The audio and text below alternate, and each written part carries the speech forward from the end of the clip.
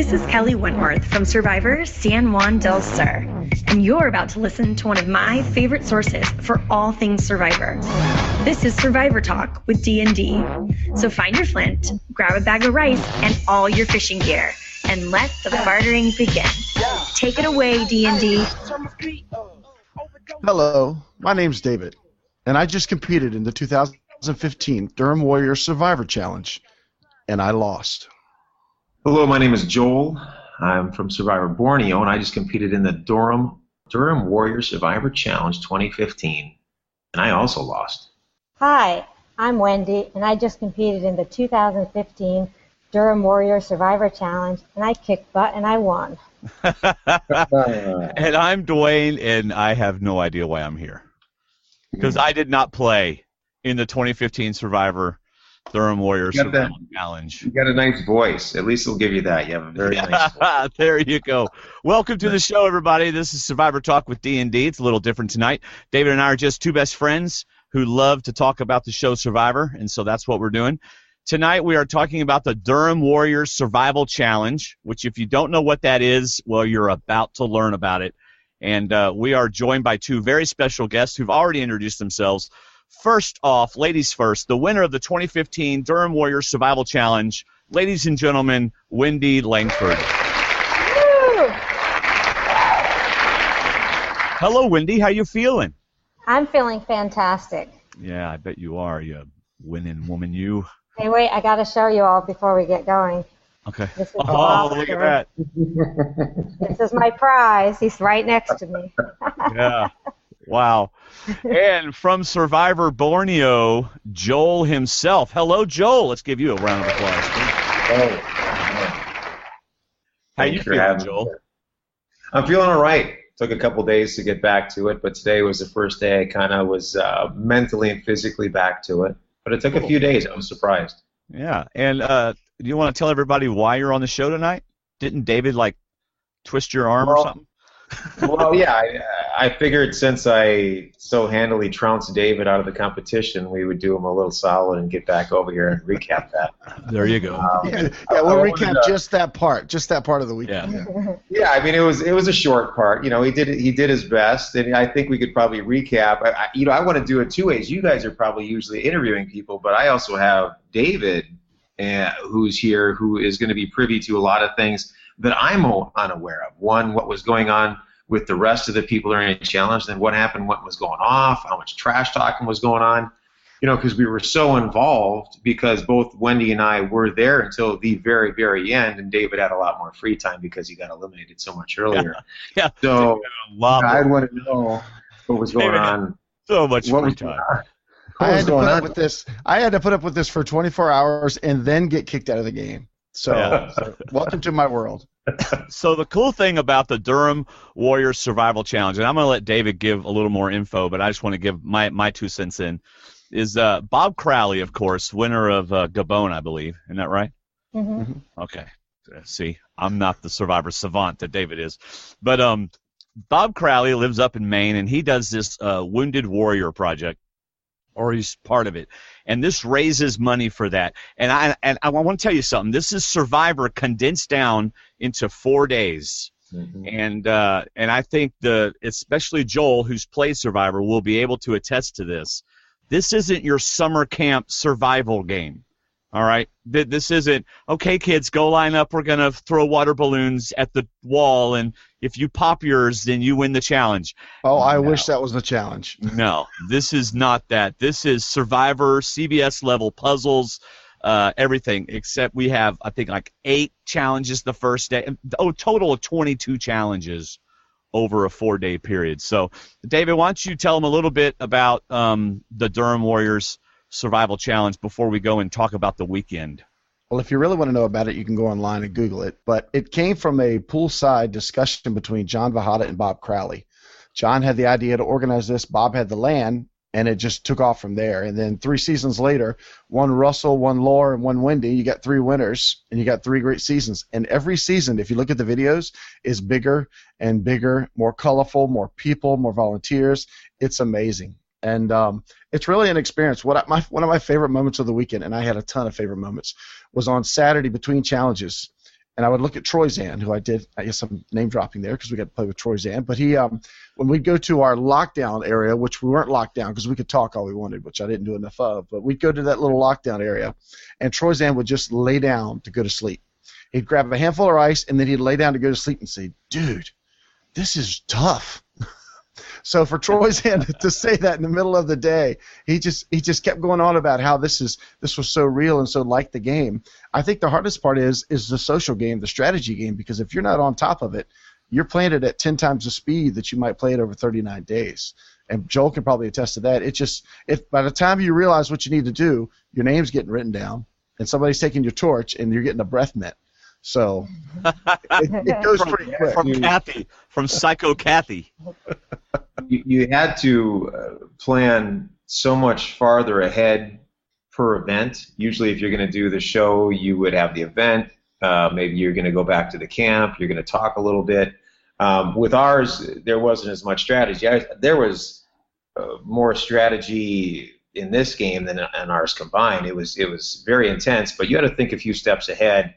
And, luckily I teamed up with, the doc right away, and we stayed true. But,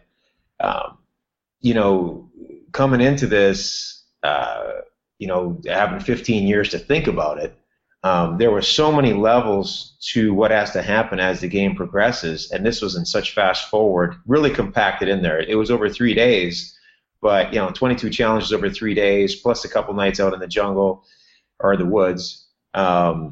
It was far more grueling than I thought, and like you said, Troy Zan laying out, we took naps whenever we possibly could. The fatigue level was very high, and also the mental fatigue level was very high. Yeah. I feel like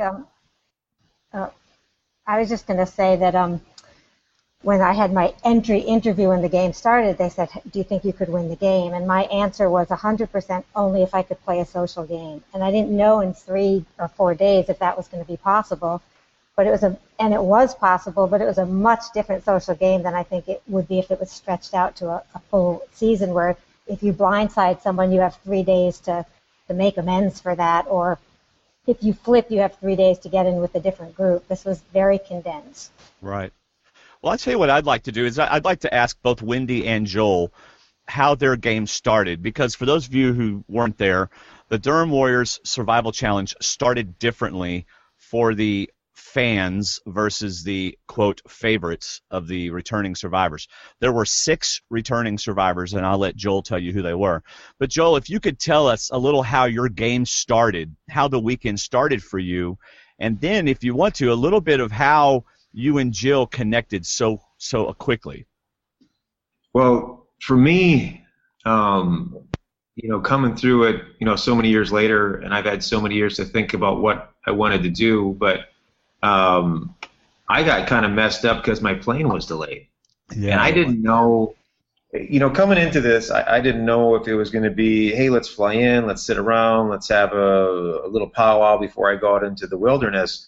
But they took me right from the airport, and there was no delay time. I just went directly out there, but my plane was delayed, so everybody else had kind of met already.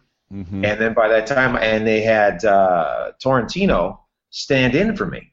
Right. And the other survivors, which were, Nina, Troy Zan, Brooke, Jamie, they were already kind of hanging out together. Right. And I kind of stepped in, and I'm thinking, all right, well, I could be kind of in trouble here because these guys already kind of bonded. I knew that in a regular Survivor, after going through it, I would never actually make any sort of alliance before the first day and a half. I want to spend some time with the people. I want to see who I'm dealing with. I don't want to walk up there and just start making an alliance with somebody that has no backbone, or was there just with some strange, idea that it's all about big moves and blindsiding, all the silliness that has its place, but only little spices here and there.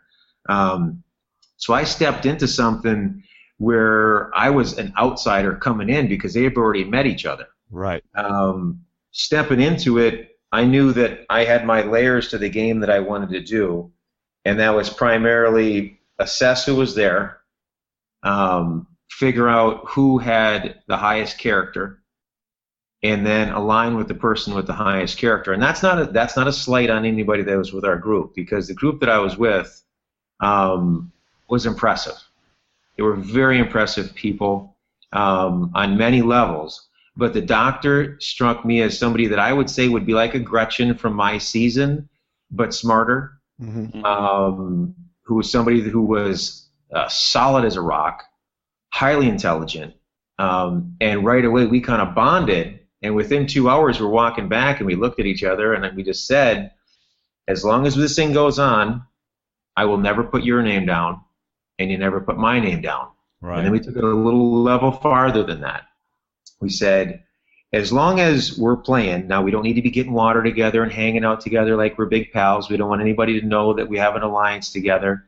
But if somebody happens to say, hey, let's get Joel to blindside him, or somebody says to me, hey, let's get the doc to blindside her, our code was going to be, hey, you know, David's a Packer fan. And that was going to be our way of saying, you know, David's talking about knocking you out of here. Oh, I like that. And we kind of went through the whole thing so that we wouldn't have to get into a big discussion with Jill and myself that went from the front to back. Our signals between us were the slightest little signals that nobody else was going to pick up on. And she was excellent at it. Excellent at it. Just, I mean, an eyebrow raise, a little comment here and there, the slightest little tweaks. And we played that from front to back. And that was just the first layer. If you go from these things from front to back, when people get into Survivor and they're watching Survivor, and Wendy's going to attest to it, I think she got a rude awakening when she got out there that it's far more intense. The scheming is far more intense.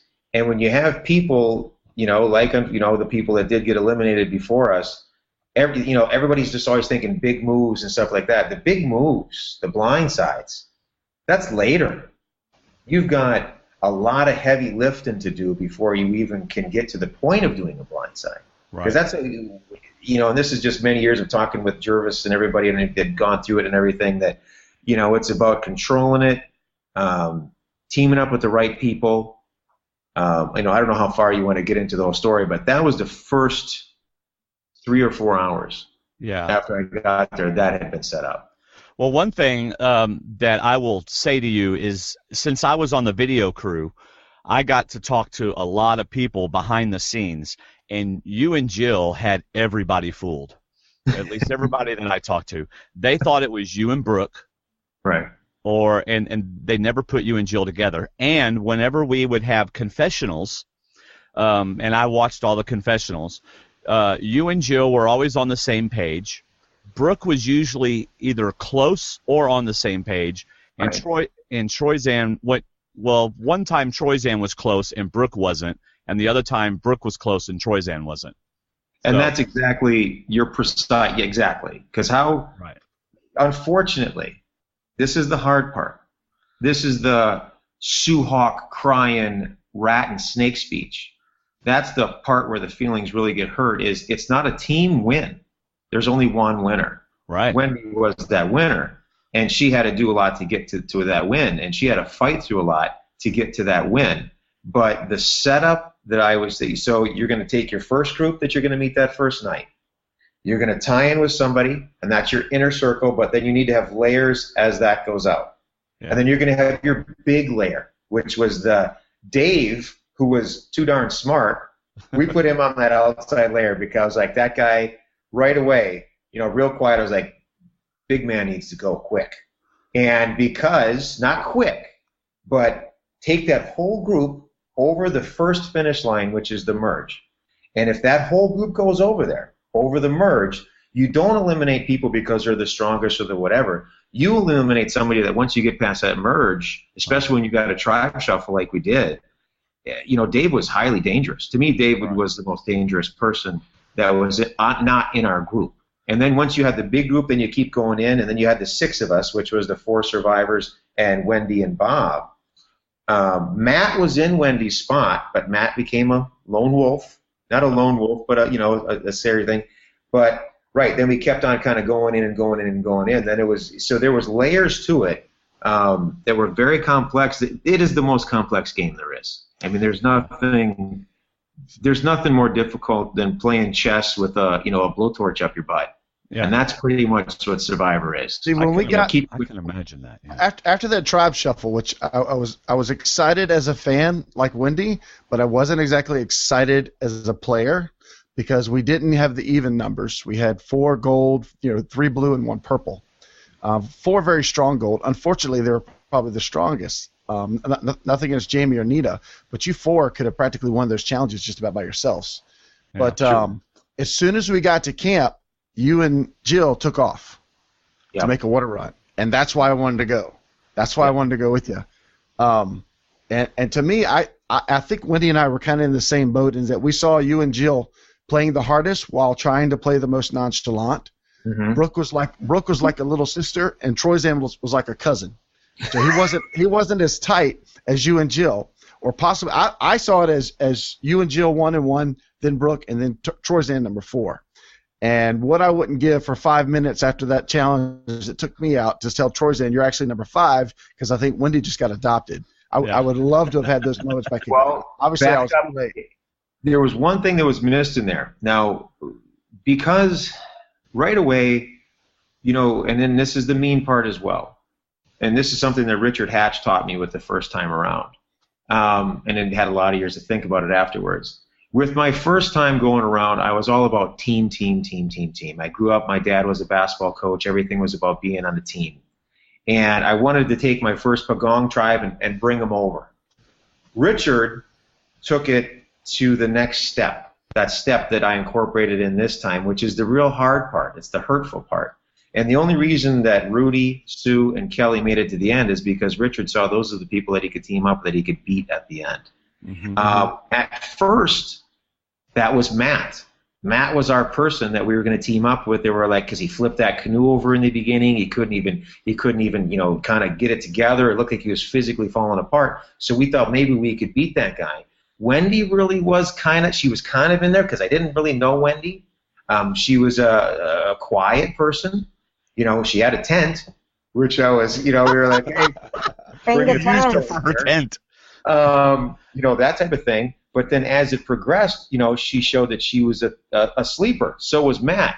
Matt became incredibly dangerous and loyal. Wendy proved how loyal she was. So then Matt was on the out, and we had to make the move. I mean, we threw that challenge.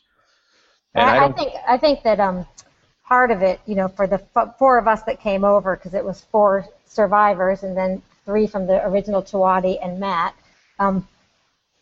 Was I happy to meet all of you? Absolutely. But gameplay, I was like, damn, this sucks.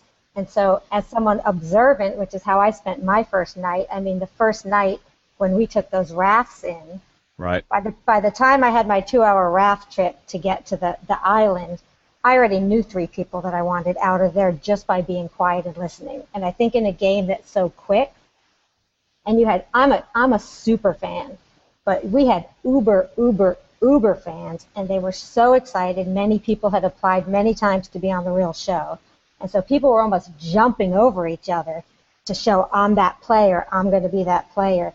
And if you're quiet and you sit back and watch it, you can learn how to manipulate it. And same thing. Now, what was your reasoning? Why would you have gotten rid of those people?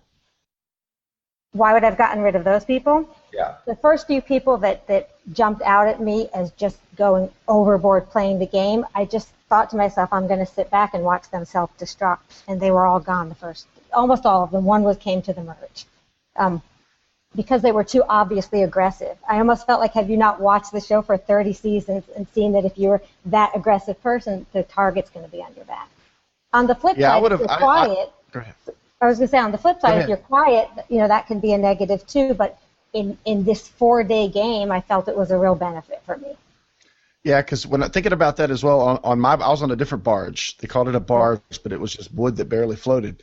But it was 2 hours. It was a real challenge. It was one of the hardest challenges of the weekend. I thought it was. Meanwhile, Joel was flying in first class, but I actually was in first class. Yeah, coming in. But when we were on our barge was more concentrated on winning. They got out in that big lead, and they kept looking back. And I think you can probably ask Kristen. I said about 4 words the whole time, and it was, "Do you want to turn?" or let me take a turn. I was listening. I was listening to who talked, how they talked, who was working. Like Chris Lord was up front just paddling. He wasn't talking a lot, and with Katie, they were just paddling and paddling and paddling, and I kept an eye on that. They were kind of quiet, but they were working. And then Katie jumped out and pushed us, just like Lisa jumped out and pushed you guys. And then there's folks that were just talking. They say, hey, there's Troy's and Brooke. And I'm like, I don't really care. They're in a canoe. They're not pulling me, so I want to keep these sticks in the ground and try to get somewhere. But you're right. I was doing a lot of community watching as we were on that barge, trying to figure out. But the neat thing was they were already talking as a team. And like John told us later, John Vahada, I haven't called you guys tribes. Right. You're a team right now. So I was kind of picking and choosing as well. I did not think we were settled into tribes. I was picking. But what got me kind of funny is once the game started, 9 names were called and 9 names weren't. And I looked at the names that were called, and those are some meaty guys, some big dudes. And then I looked at the names that weren't called. There was tall Mike. He was athletic, but he was a super fan. Then there was Matt, little Matt, who's a super fan. And then there's Bob, who's older than me. And even though I'm still the fat guy of the family, we weren't as strong looking as the other group, and that got me a little worried. Oh, we also had Chris. So we also had Chris, and he was a swimmer and lifeguard, but Chris? Still Chris Lord, Chris L. Okay. So we had good people, but I was looking at those meaty guys. You got Chris Page, and then you got Jared, and then you got Carl, and then you got Jeff over there. These guys these are some big guys. And I'm thinking, are these our tribes? I hope we don't get into a tug of war or something, because I'm not sure how far we're going to work with that. But then it all changed around. But I'm with Wendy. I was listening on the barge. I was listening to all the conversations, trying to figure out who was talking about what, if anybody was talking about alliances, and of course Bob was in the back just pushing the boat, not saying a word.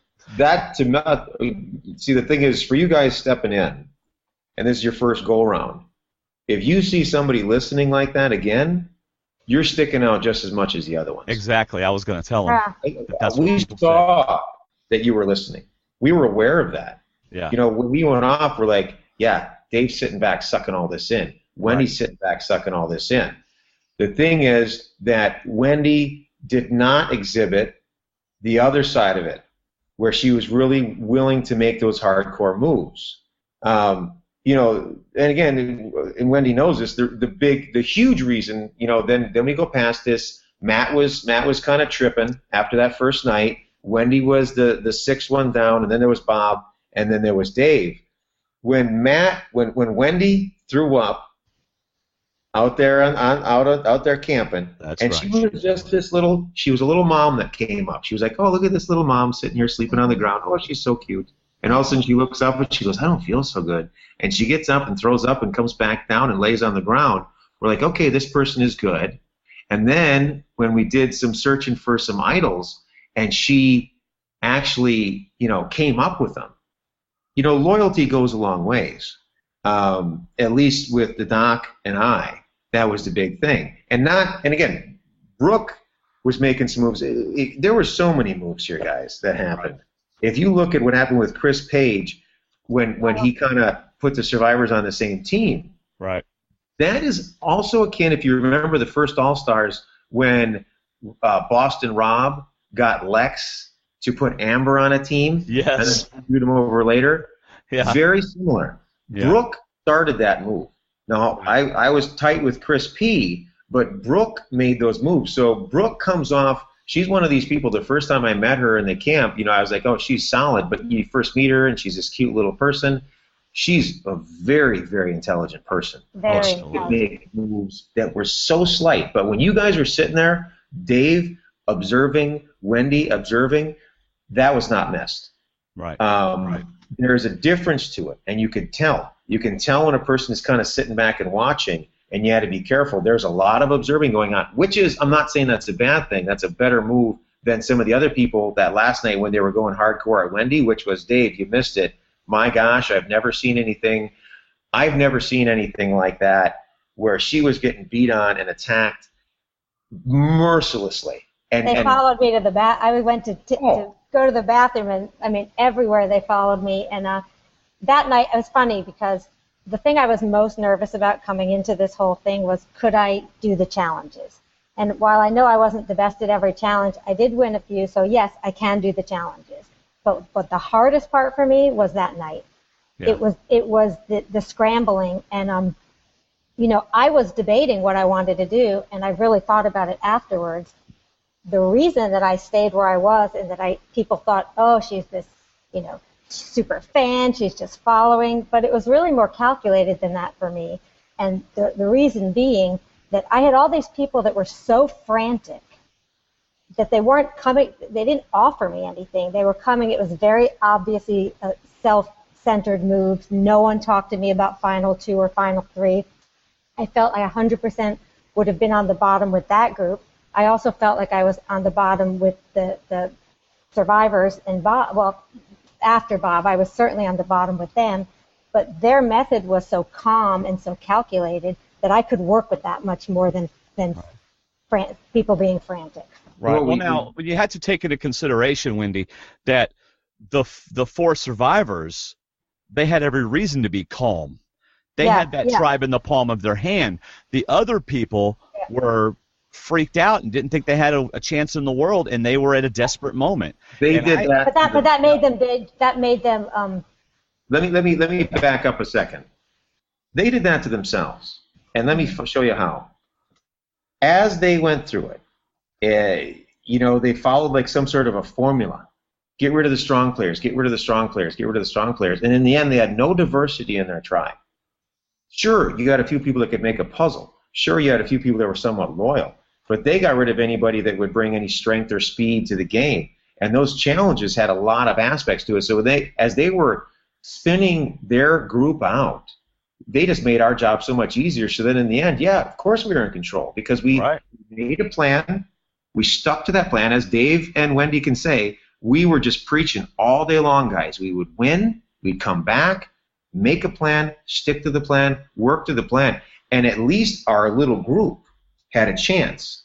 But they would win, and then they would get rid of like some very, very, valuable players. Right. And in the end, I mean, they had, I guess friends that were, trying to laugh at all of Wendy's jokes and kiss her butt that night. But by that time, the game was lost. And you're right. There was no control left. We had control of it, and there's a reason we were calm. But we were calm. When we would go back and have conversations in between the challenges, we weren't yelling and screaming. I think, and everybody worked well together. We did stay calm, but we had control of it from that day before. By the time they started scrambling, they gutted their teams.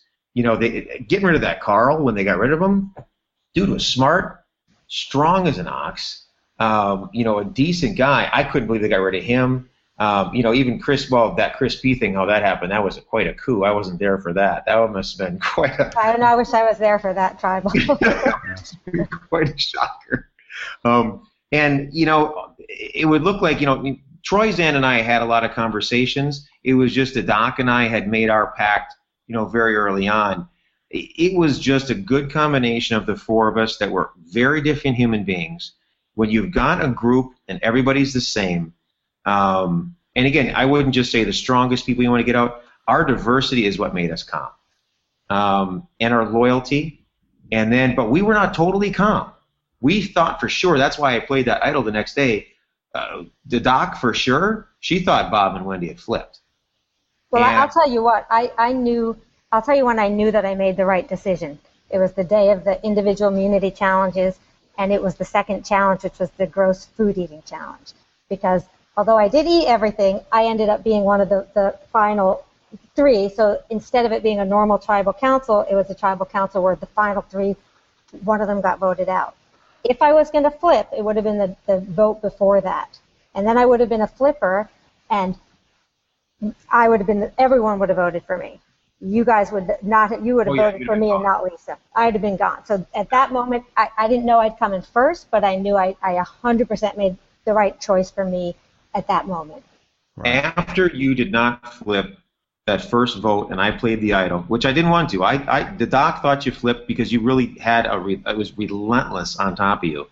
After you didn't vote there, I knew at that point that I was at least in the final 4 because Brooke, the Doc, and myself were tight, and Troy. But those 3 of us, Brooke, the Doc, and myself, were super, super tight. We did not ever imagine that Wendy was going to beat us in that final immunity challenge, which was pretty good. So, and again, also, I'm fine with when, again, just so I can say on the record before it gets too far, I'm absolutely fine with Wendy winning that, because I think after we knocked out Bob, we heard people saying, I don't even want to watch anymore. I did hear that. We didn't want to be that big of jerks that we came in there. And Troy, Troy was somebody that he didn't think that we'd probably make the moves that we did, but we had to start feeding on ourselves in the end there. But the four that we had, together, once Wendy did not flip, she was there. And she was going to be there. And then I knew we pretty much had it after that. Well, I can attest to her skill set or her strategy side, because when, like on Friday night, as we sat with you guys listening and talking, and I went for, man, there's so many different strategies that we've already talked about, but at the same time, I've heard people say, well, nobody came to us that wanted to work with us. So I kind of adopted that strategy in a sense, whereas Wendy was part of the conversation. She was very mature. She listened. She got herself involved, talked about kids, talked about things, but as soon as you guys went away, her and I were immediately talking strategy, immediately confirming things, immediately talking things. So she wasn't a fan listening, going, wow, we're talking survivors. She was like, this is cool, but now what are we going to talk about? So we, behind the log, around the warm rocks, as she was exchanging rocks every hour to keep herself warm, we were talking strategy, and we were talking about things. And we even said right away that what are they going to, they're going to either choose Matt and knock us out, or they're going to go with us and drop Matt. However, there's still, Heather and Chris out there and Katie. There's still 6 of us here, and every time we did a challenge on Saturday, and Dr. Jill would ask, who's left? What colors are left? Yep. And about the 3rd time I said, Matt, don't answer. Please don't answer, because you're going to keep telling her there's 6 or 5 blues left. Please stop telling her there's so many blues left in the game.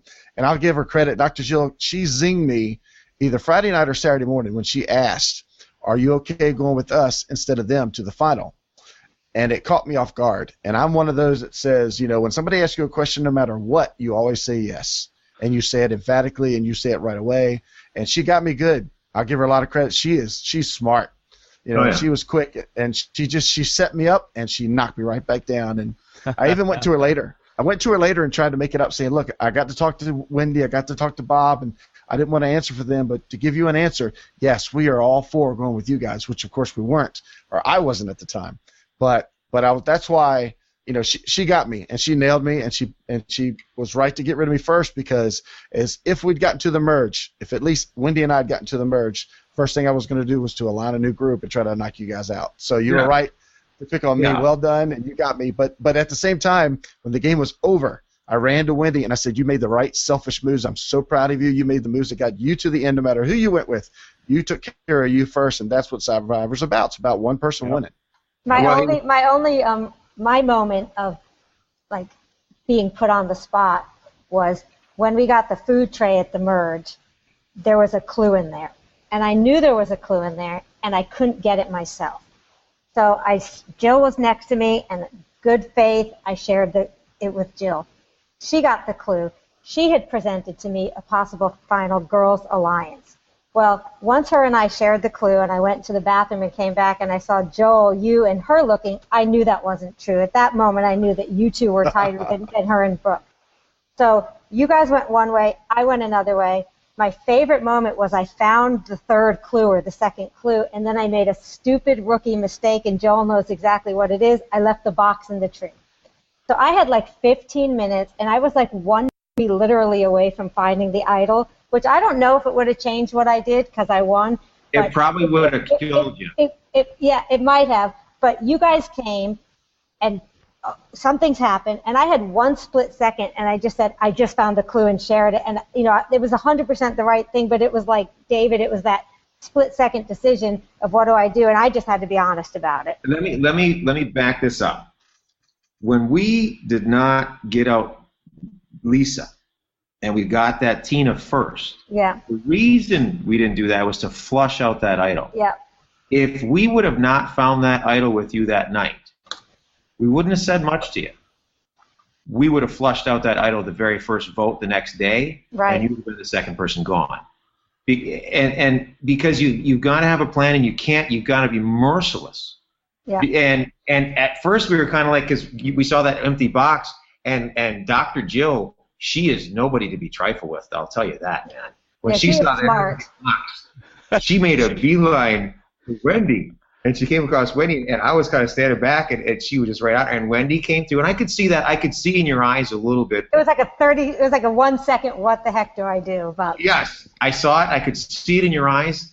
And I'm like, okay, she gave it over. Let's see if you can give it over, and then we'll go from there. But, yeah, if we wouldn't have found it, we would have flushed it the next morning.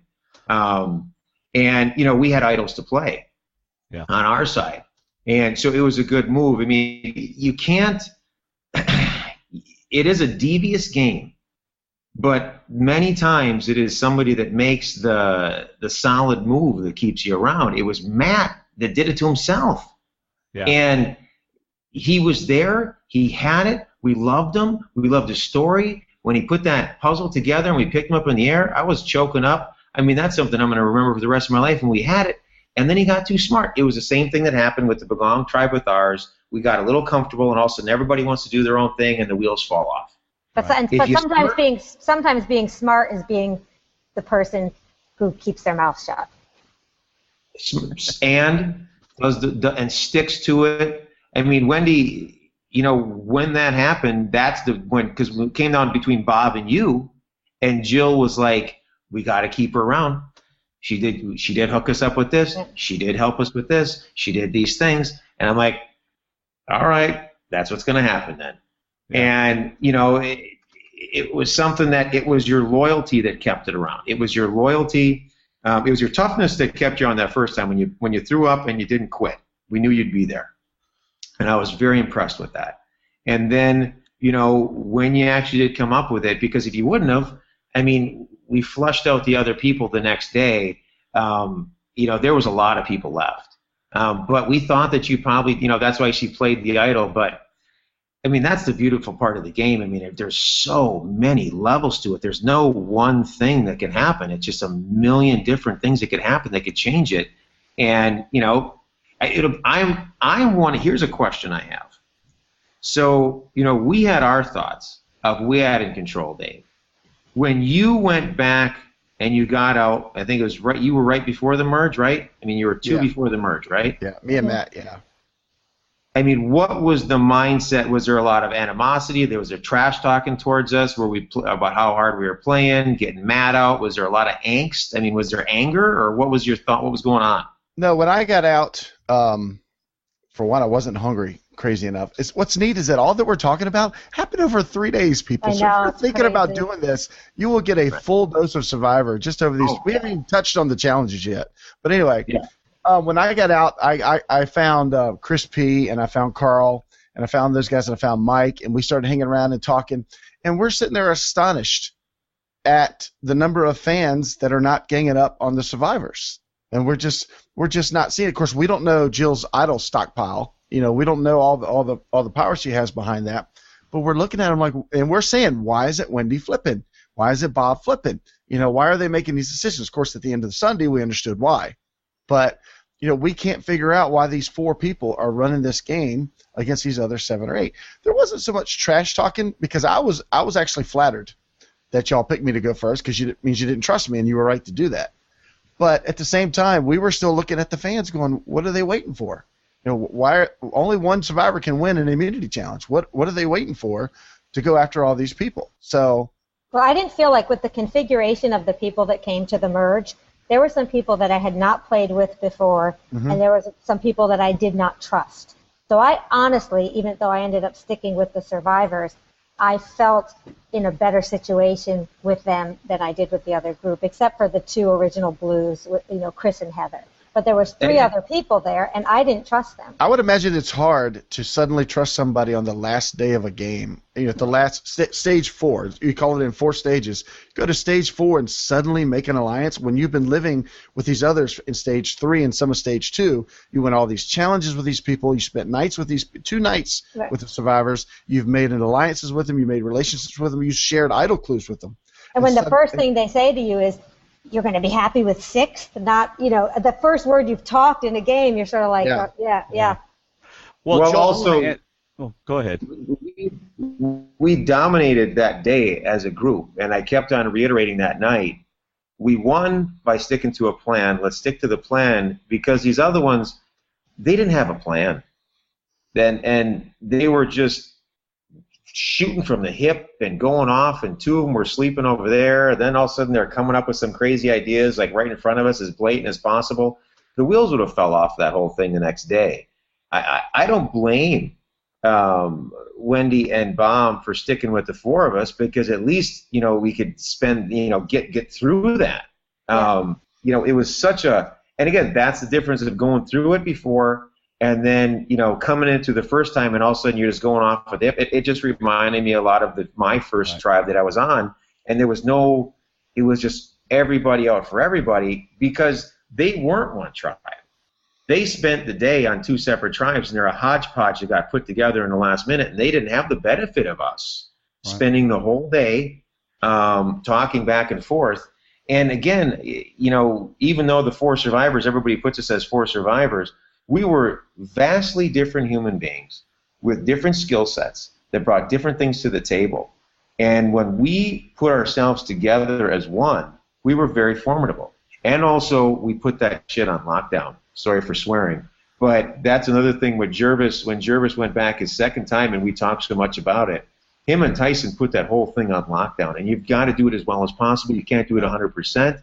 But for Wendy and them to come in and Bob to come in, they just had to kind of chill that next day. We had the numbers. Let's eliminate them and go from there. It was the right move in the end for Wendy, because we did make another move past that to get rid of Troyzan, who I feel bad about. I love him. I love Brooke.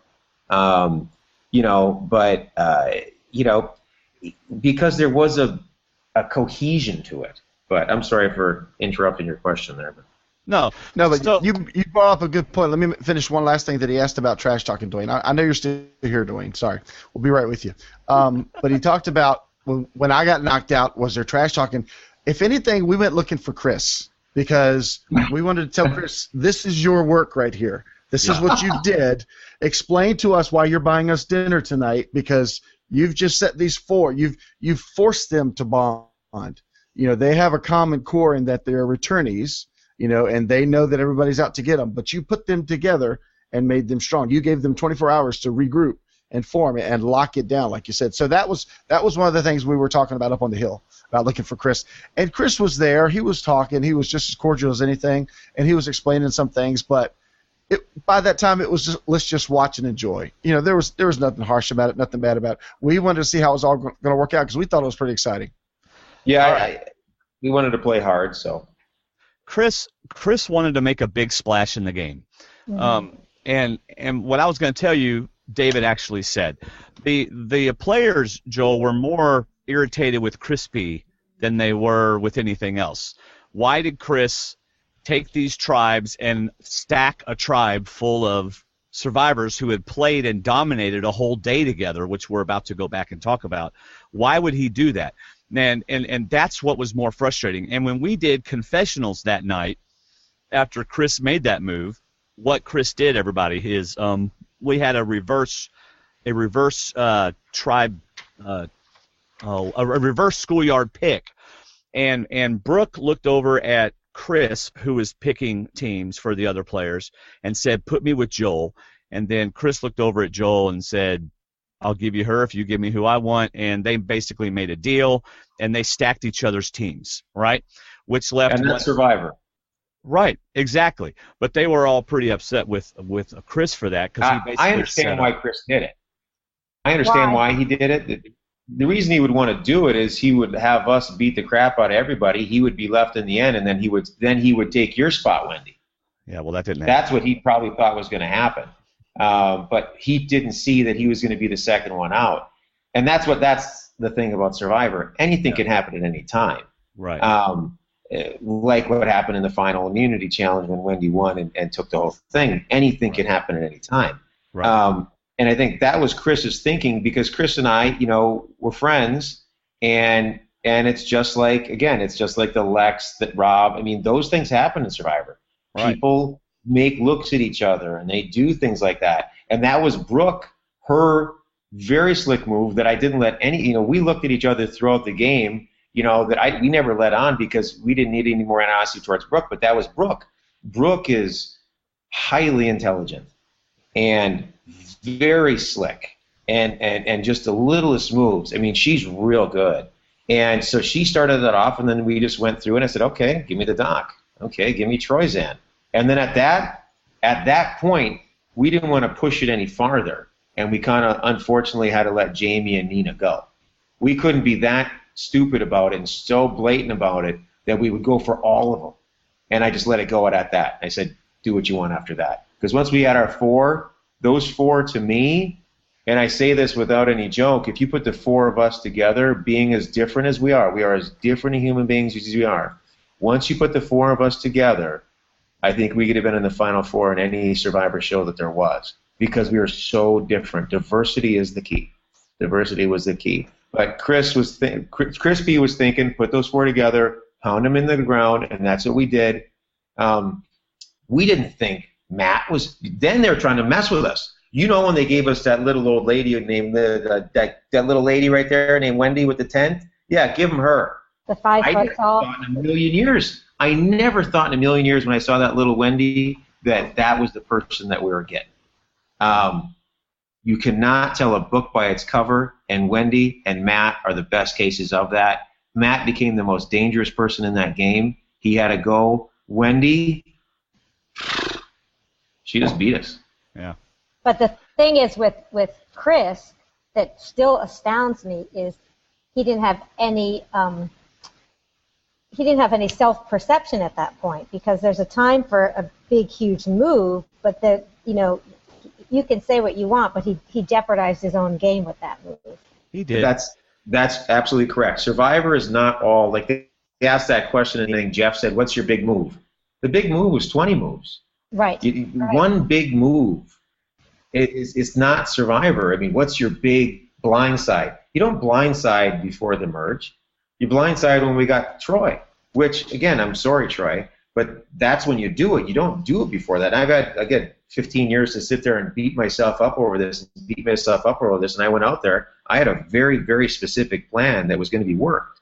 And, you know, thanks, Chris P., for doing that. But it's just make a plan, stick to the plan. You know, Wendy not flipping like you did. Those things are key, and you can look at how that works out. And if you ever get a chance to play the game for real, that's what you do. You don't go willy-nilly, and that's just in life too, right, guys? I mean, you don't just, you know, all of a sudden like, you know what, maybe I won't go to work this week. You don't just throw all your plans out the window and do what you're going to do, because the results are going to pretty much be there. Everything's going to fall apart. So Bob and Wendy, you were right there. Matt is a perfect example. Matt was there. Matt was solid. Oh, we started thinking, was Matt some sort of a super sleeper? You know, kind of falling off that canoe on purpose, and then all of a sudden he's grabbing that idol, and all of a sudden he's, you know, I'm like, is this guy, and he's super puzzle guy. I'm thinking, is this guy like the ultimate survivor sleeper guy that we've never heard of? So I was scared at that point. But it would have been interesting to see what would have happened if we never lost any challenges and we went into the MERV with a total 8 of us. Yeah, it might have been worse. We would have been worse off. Yeah. But that's why we blew that challenge. I mean, go ahead, Joel. That's why you threw the challenge to get rid of Matt.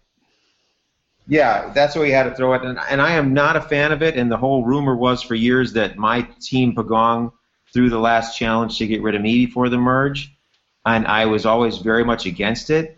And here I found myself in the exact position that I was going up to Brooke and the doctor, and we all agreed that if we got to stand there for 35 minutes and you make an idiot of yourself dropping that ball, doctor, you are the strongest person in the world for doing that. There was no way we could allow Matt to go into that merge with us. It would have been a completely different game, and it would have turned out completely different. So was that the only one you threw, or just that one? That was the only one. The challenge, I'd say, when we lost the fire one, when you went out, Dave, I would say that's a flaw in the challenge. I wasn't in a hurry to light the fire because they probably had a good 10, 15 minutes before those buckets were going to move. That's what I thought, too. He just built such a high fire, it was able to cut that string before the buckets moved. Right. So kudos to Lisa, because that's what you do. You just kick butt, and, you know, like those pins not fitting in that cart. Pound them, do whatever you got to do. You do whatever you got to do to win. You don't wait around to ask.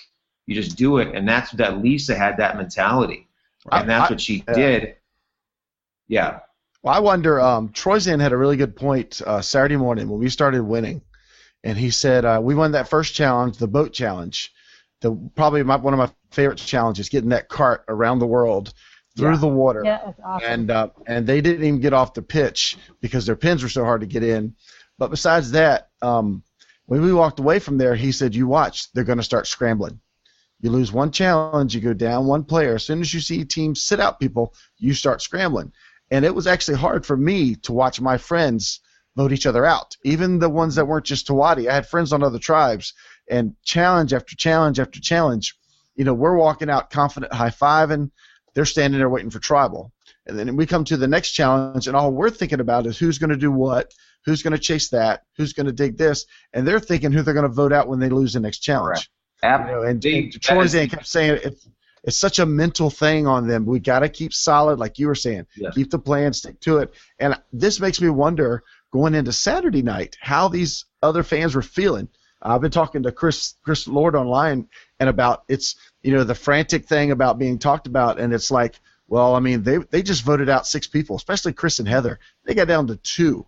I was about to cry my eyes out if they had lost that ball challenge. I'm glad y'all threw it, because Chris and Heather were working their backsides off trying to get that ball back and forth, and when they finished second, it was like just this wave of relief because they didn't have to do a fire challenge or something to send them home. But what a mental breakdown to go through all day on Saturday and then be so desperate Saturday night. I can see where it felt frantic. Were all of them frantic, Wendy, or was it just a few? Or everyone was frantic except Tina, who was a lovely, lovely woman, but was very, very quiet. And I felt bad. Heather and Chris were my original. Well, with you, Dave, they were our original 4 alliance. Mentally, one thing I realized that I could do is just block it out, because I couldn't get. I felt bad. I mean, I'm the person who cries at a McDonald's commercial, but when you have to be tough, you kind of have to be, and I had to block it out. But I mean, Jeff came up to me, Lisa came up to me, everyone came up to me, but Heather was maybe the least frantic of that group, but they were, and I totally felt for it. I mean, we were all able, even though unfortunately you left, and you were kind of if you and I had made it together, I would have had someone to bounce more ideas off of. But Joel would have been the first one gone. Go ahead. But I feel like it was hard. I felt bad. I did, because we were able to be calm most of the day, and nobody had a chance because we had those idols. And we flushed them on Tina that next morning. What we looked at right away when we got back to the camp when they were beating on you, Tina wasn't doing anything. No. So we knew that they were never going to give Tina an idol to hold. Right. And if anybody was going to have an idol, it was Lisa. Mm-hmm. Lisa was making moves, and also none of those teams could really tell. I think the crowd could tell that we were throwing that challenge, but those other teams were trying so hard to get past that they didn't even notice that we were trying to throw it. So they came in with such confidence. Lisa came into that merge with such confidence. They thought they just won 2 in a row. So if anybody was going to be holding an idol to that next morning, it would have been Lisa. So we were kind of protected that way. So we flushed it on Tina. Lisa started crying because the first 2 votes read were for Lisa. She thought she was gone. She wasn't crying for Tina. She thought she was about to be gone, and she didn't play it. After that, we figured we'd be okay. But, they didn't have any sort of – all right, I mean, you're right, Dave. They were scrambling. Instead of making plans to win the next challenge, they started hedging their bets on how I'm going to stop it for myself getting voted out when I lose the next challenge. Right. And that was the mentality that they got in their head. And once you start thinking of what am I going to do when I lose instead of how am I going to win, it's over. Right. Well, and the other thing is when they came to me, I had a really long talk with Andy Baker after when everything was finished. There's also strategy in the way you can present that to another person, and there was nothing of value that was presented to me. Even if any of them had come up and made small talk, like, well, what was it like last night hanging out with the 4 survivors? If they had done anything that was sort of I think one approach that I took was a very personal approach, and I genuinely am that kind of person. So I want to know about your son or someone's kids or what their life is like, but they didn't see that as valuable at all. And I think that not coming at all from a personal stand, it was much easier for me to keep my distance. We were going to laugh. Jill and I went for a walk, and we were laughing because they had you cornered by the fire. And they actually had Wendy in the middle and 2 of them on each side. and they're laughing at every joke that Wendy said, all of it like this, and we were just laughing. I'm like, let me tell you something. If that Wendy can withstand this right now, she can withstand anything. They brought me a stick to brush my teeth. That's right. That's right. That's right. They're like, here, can we get you that? And they actually made her stick to brush her teeth, and they're like helping her out. And can we fluff your pillow? I mean, it was just. But right, they didn't offer anything other than BS. Yeah. And then you had the two guys sleeping over there. You had the girl from area, Tina. She was just kind of happy to be, which I can't stress enough. At the end, when I said she's a wonderful person, she's a wonderfully nice person. Yeah. She's a fabulously nice person. But Lisa was the biggest threat. She had to go, but I mean, we had a pretty good handle on it. But it was that first vote that we were going to see: is Wendy for real, or is Wendy going to be an issue at this point? And you know, Bob was just a great man. Bob was just a super great man. And that's another thing, too, in the actual television show Survivor, you're not going to get somebody like Bob because he's just too good of a guy. Yeah. You know, he just wouldn't be there. So. All right, so I have a comment, a question, and then I want to handle the first half of the show because this first hour has been the whole last half and how y'all killed everybody, right? So now I want to get to what was this weekend like. But so I want to say one thing first is, Joel, I think this season of Durham Warriors Survival Challenge is going to be a turn in the way the game is played. In the first two seasons, the survivors were kind of there. They were, oh, we love you, and the survivors were kind of like, all right, well, y'all go ahead and have your fun. We're going to get voted out. Maybe they weren't all like that, but that was kind of the mentality. I love what you said in a confessional. These people paid good money for this charity to experience Survivor. I'm going to give it to them. And you played your butt off, and so did the rest of the survivors. It wasn't, we're just here to help them have a good time. It was, I'm here to win the game. No, I'm busy. I got things going on. Right. And if I'm going to take time out of my, car, and at first when this came up, I'm not interested in playing, backyard egg toss. Right. I would rather not do that. So when this came up, Car's like, you know what, I think you should do this. So I said, we're going to go out there and do this. And then that's when I really thought about it. I'm like, okay, I've had a lot of years to think about this. I don't go to a lot of Survivor things. Big Mike will tell you I just gone to a couple little things. So I've had a lot of years to think about it. And I was like, we're going to do this. And then when I teamed up, when I saw the other people that were there, which I did not expect, I just thought there was going to be like one other person. I'm going to go all out. Right. And we're just going to punch him in the face. That's right. And keep punching him in the face all day long. And also, these little people we're playing against weren't little people we're playing against. Right. I mean, that Jared guy, he started running his mouth right away. Oh, yeah. And I'm like, okay, that makes it even better. So, there was, and again, once you get down to it, that's only one aspect of it. It's every single level of it. Blindside and Matt, all those things. That is what it is. I mean, that's why this game is the toughest game in the world. And then in the end, all of our plans went to crap anyways. So, it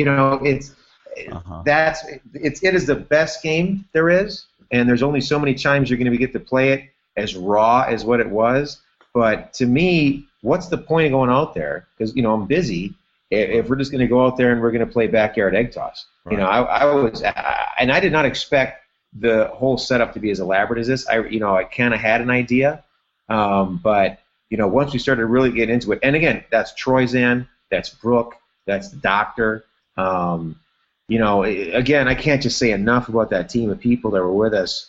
The four of us. Jamie's a nice guy. When he kind of fell out of that canoe that first time, I kind of pulled him aside and I said, let's not be doing that anymore.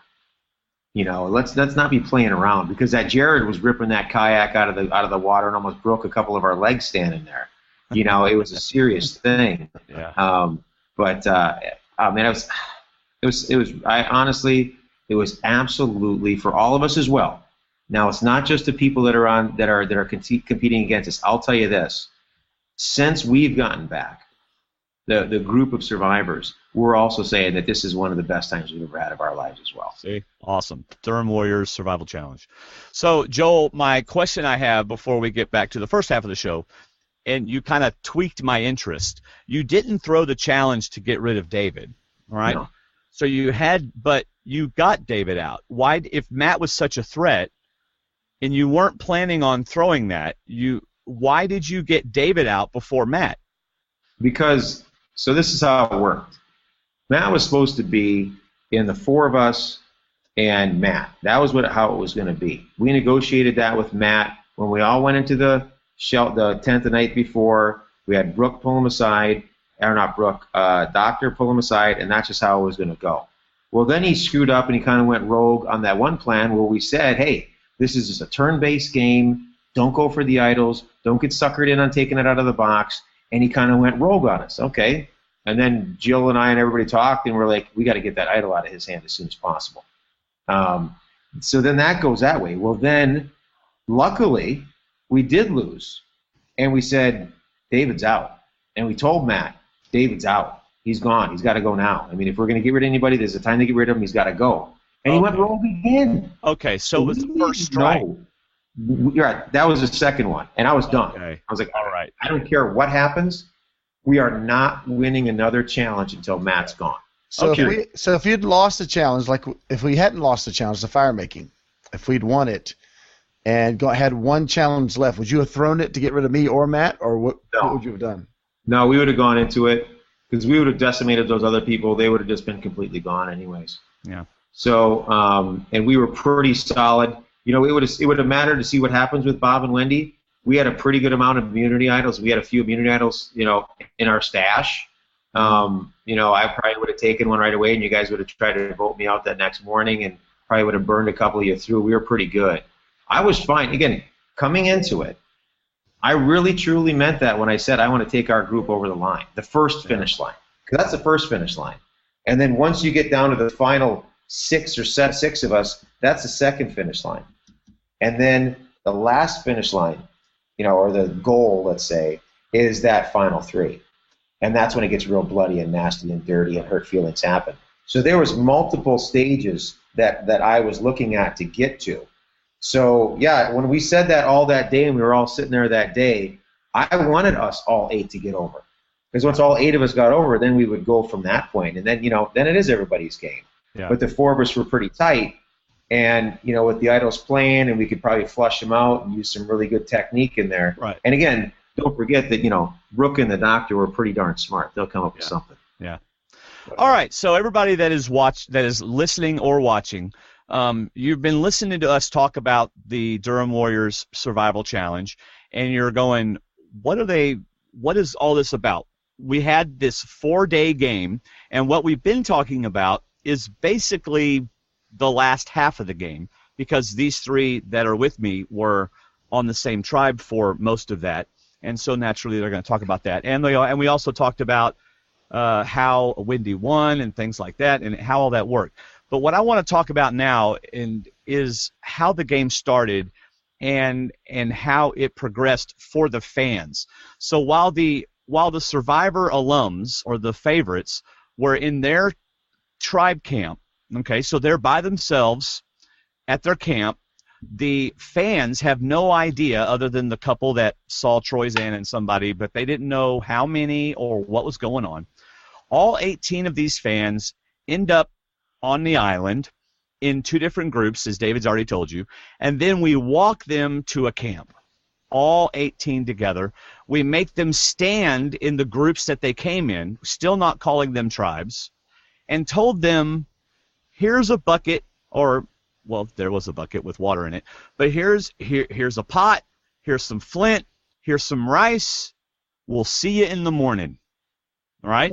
Yep. And we left. Okay. So, very fascinating, very fascinating. I was walking around camp with my camera, and they all gathered around the fire, and they just had a big campfire night. Now, David, one thing I noticed that you said, and before we get to the part where we surprised you, right, Joe, I don't know if you even know all of this stuff. So I know nothing. I know none. So you're going to enjoy some of this. David and Wendy, before we get to the part where we came back to camp later that night and totally surprised you guys, all right, David, you were talking about how you just sat back and listened, and Wendy, you said the same thing. When I went and listened to some of the confessionals that they were doing when they were pulling y'all away, they were mentioning that. Just like Joel said earlier, sometimes being quiet isn't the smartest thing. You've got to have that balance, because a couple of them said, that a big guy, he's just, I don't know, he's listening, and I'm thinking he might be someone that we need to worry about. Hey, So- Joel calls me big guy, not you. Just Joel calls me big guy. But anyway, I didn't call you big guy. The fans called did. you big guy. I know, but on that night, to me, that night was what I call the meet and greet.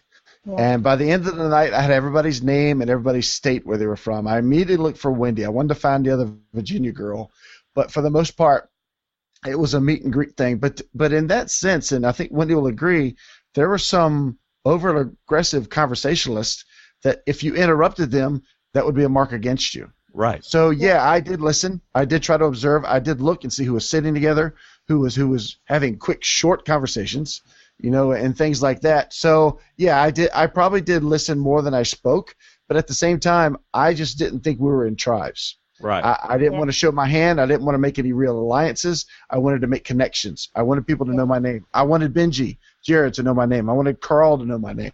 Right. I wanted different people. I wanted Candace to know my name. But go ahead, Wendy. And that night for me, I felt like I was pretty chatty that night, actually, but I was really chatty on a personal level. I agree. At that point, we didn't know how. I was 99% sure that we were not going to be divided by the raft that we came in, those two groups. I was pretty sure that we were going to be three, and my gut was there was going to be one returning survivor for each tribe, which obviously didn't happen. But so I was really talking personally with people and trying to make a personal connection. What I was overhearing was a lot of bravado from really super fans about how many times they'd applied and which person got a 10-page packet and which person got the 40-page packet and almost made it. And it was those things I was listening to and thinking, okay, you're going to start crashing and burning here. Yeah. I'm not going to mention that I have never applied for the show. I love the show. And maybe I will now, but I'd never. And so I'm listening, and it was sort of, well, I've done this, and I've done this. Yeah. And so I was talking, but I was also listening to that. Right. There was a lot of who brought the bigger stick. Yeah, exactly. A lot of that was going on. Yeah, even And I'm Andy thinking Baker. you don't want the biggest stick here.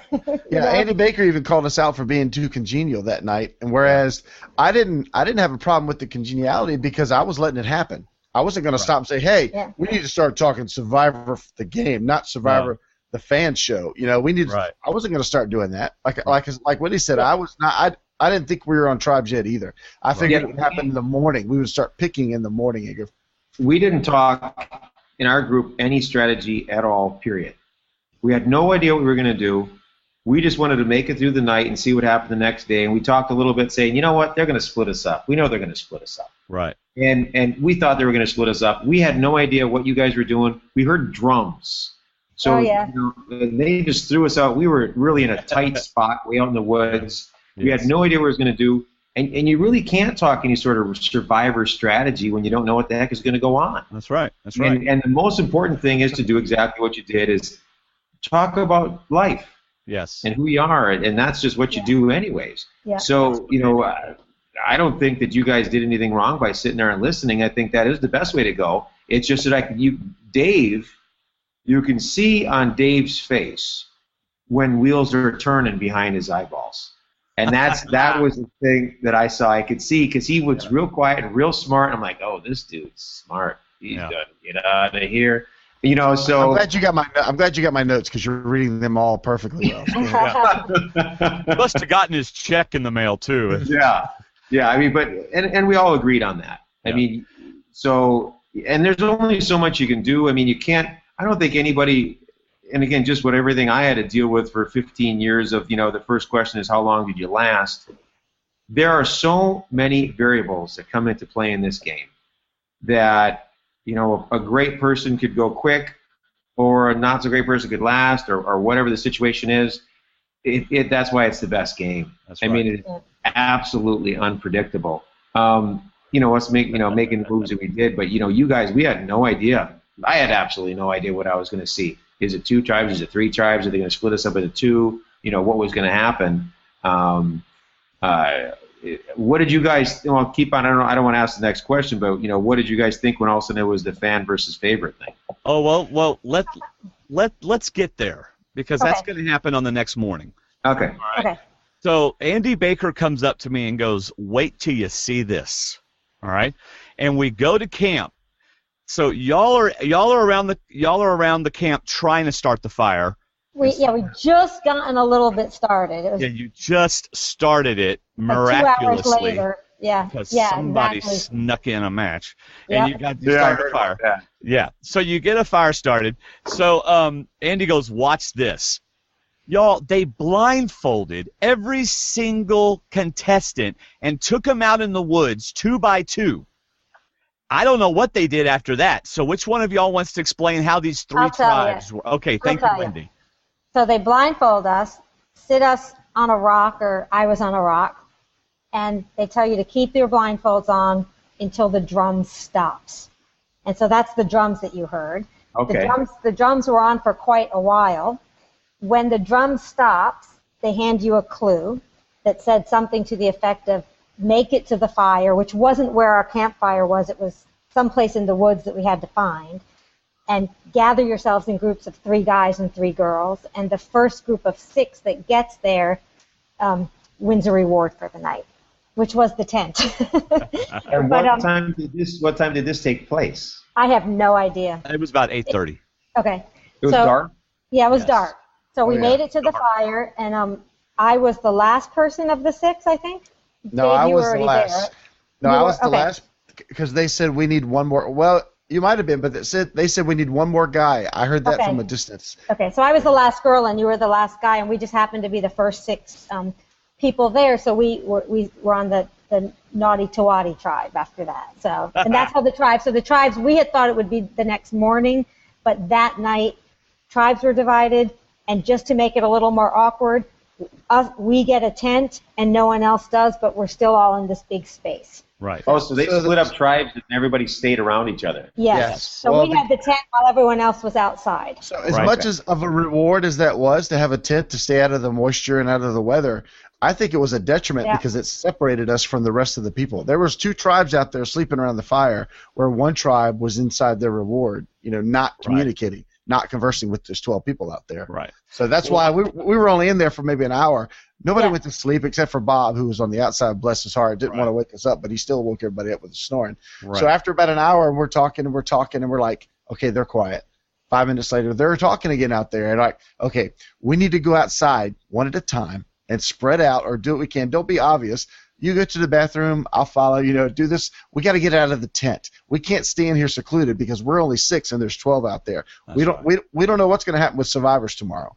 Right now it's 6 against 12, and we're in a bad spot. So this tent is actually hurting us. So gradually, it was probably 2 a.m., and we got up and went outside and just start sitting around the fire, warming our feet back up, and just conversing from there. Right. That said, though, I will say that I was so happy that just randomly the 6 of us that got together, because for me, even though it was wonderful on the second day of challenges to win everything, and obviously I got to the end, but I was sort of being told what to do that second day in the challenges. In our first grouping together, we worked really well together, and we worked really hard, and it was so rewarding. We came in second against the survivors. We came in first one time.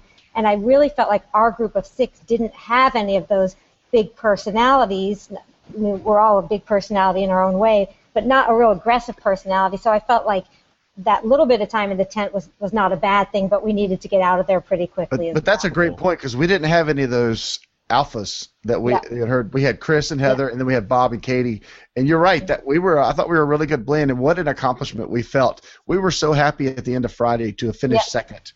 To 6 survivors. We were like, okay, can we just be taken away now to our camp because we got our beans, we got our rice, our pot, our flint, and we want to go have a buffet. Right. And I don't even know if we were the first, but we had rice at lunch that day. We had the 90-minute break, and we made a fire by ourselves without a match, and we had rice for lunch. So that was really, as someone who loves the game, was awesome. Yeah. So what I loved about that was y'all aren't just blindfold. Y'all are far away from each other, and you have no idea where anybody else is.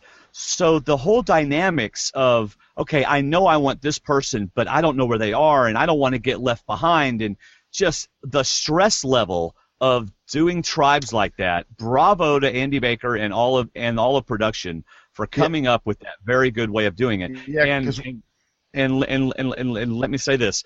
There was one guy, and I don't know who it was, who was standing by a fire by himself, and some people came up and he goes, do y'all need a guy? Which they obviously did, and they went, no, that's okay. And they went on and found somebody else. So you know, I mean, so you had those kind of dynamics going. Just kudos to the production team and for the planning team. A great way to come up with the 3 tribes. They walked us out. We all had numbered. Mine was 16. I was stood by a tree that had 16 by it, and then they put the blindfold on, like you said, and I couldn't even see with the top of the fire, so I knew I wasn't going to get back in the first group. But then and there's no light, there's no path, there's just branches everywhere. So I start making my way to the fire, figuring I'm going to try and pick my second or third tribe to see who I want to be with.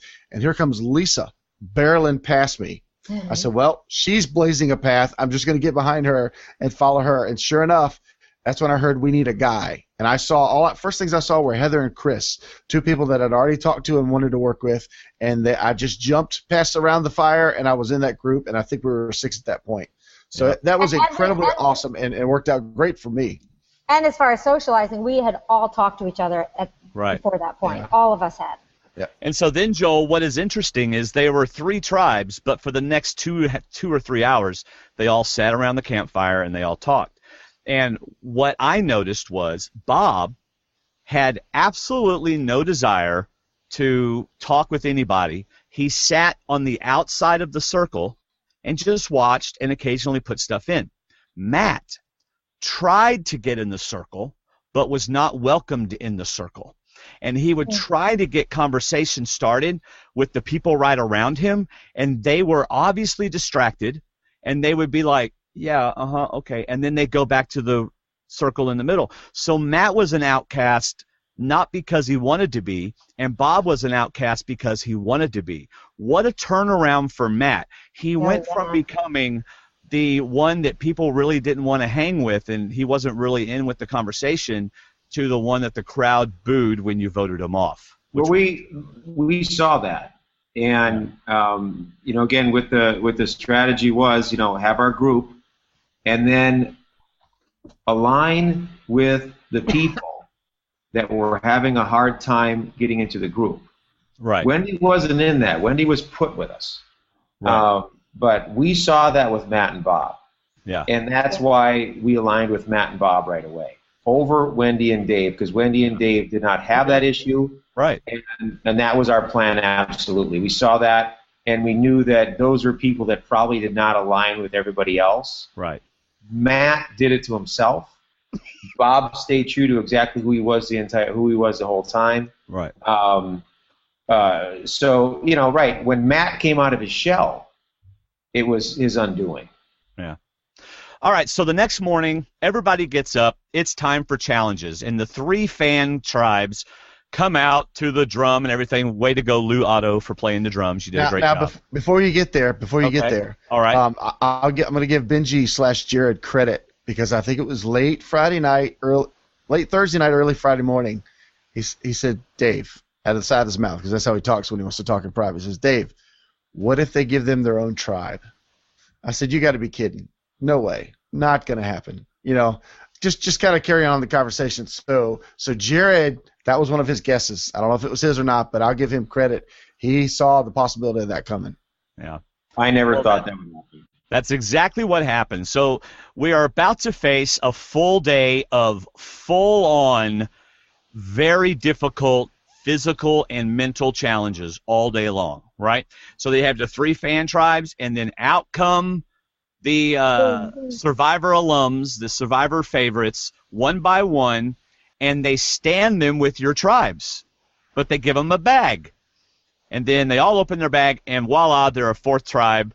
And the rest of that day was Survivor Tribe Annihilation Day at Durham Warrior Survival Challenge. They didn't win every challenge. They won all but 2, because we won 1 and Maz won 1. Yeah. We lost the Survivor Trivia, which was right. Yeah. And we won the ball toss one. That's right. And the ball toss. Yeah. It was very simple that, and again, going through it. Not everybody. You do need a leader, or one voice speaking, and I just have a loud voice. But everybody, when you sit there and you have a group like we had, when you have Brooke talking and you have the doc talking and you have Troy Zan talking, they're going to say stuff that's valuable. And we really did just gel well.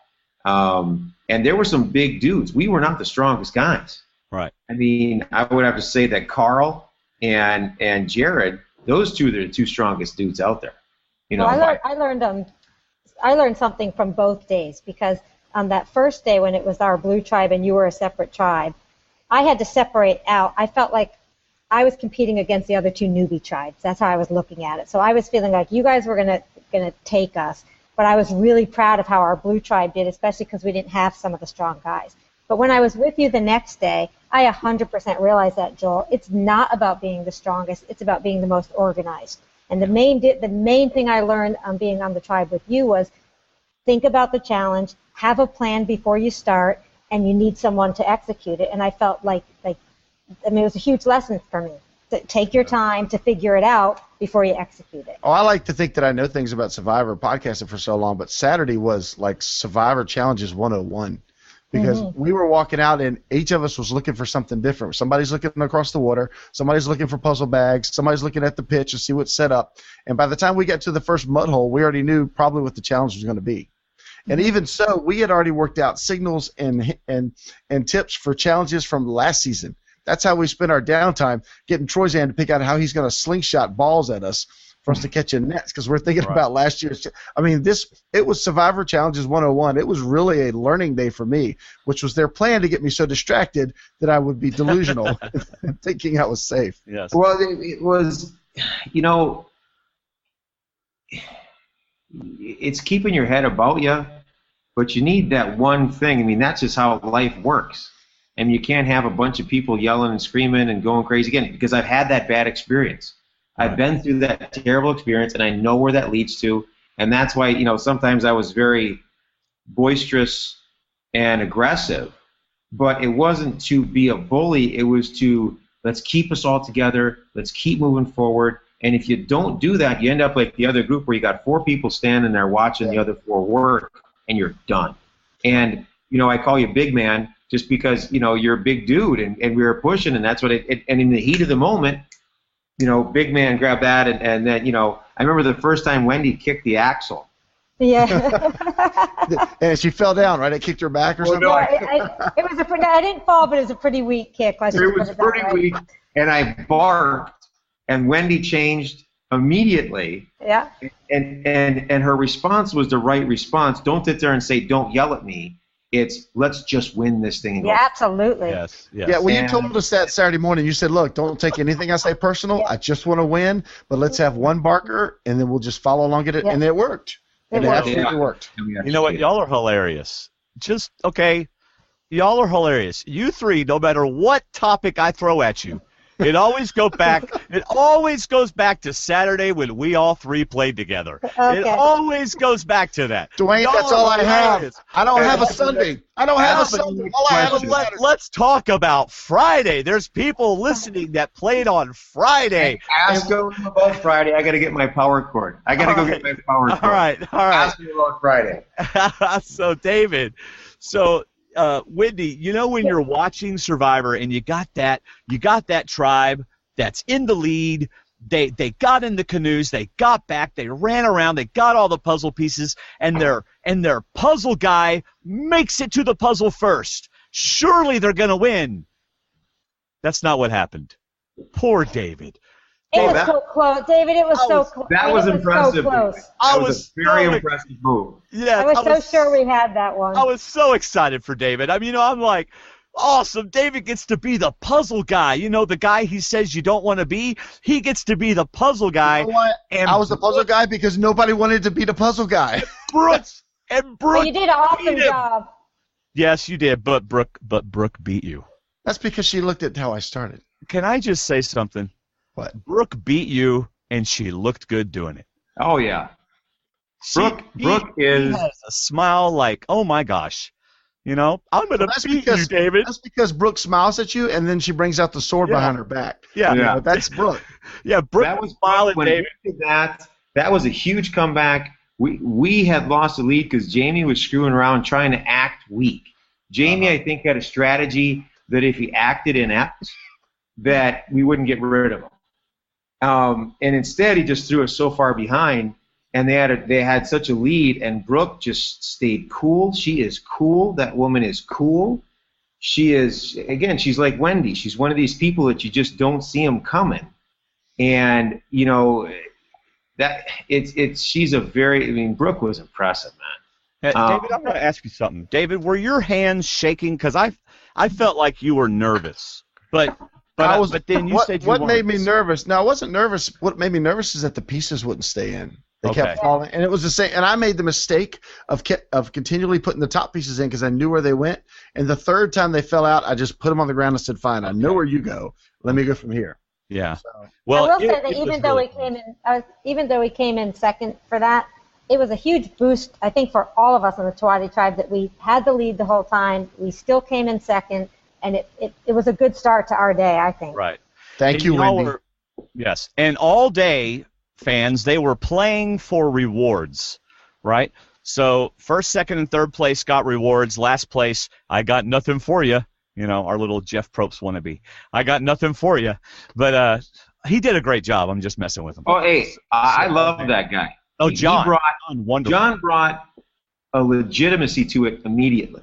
Yes, and absolutely. we came hard to play. And if he wouldn't have played that well, he wasn't doing an impersonation of Jeff Probst. He was doing his own thing. He brought legitimacy to it as well, and he really made us feel like, okay, yeah, we're going to play hard in this. I think he did a wonderful job. I love how he did it, and I told him before I said, don't change anything about what you're doing. You be you.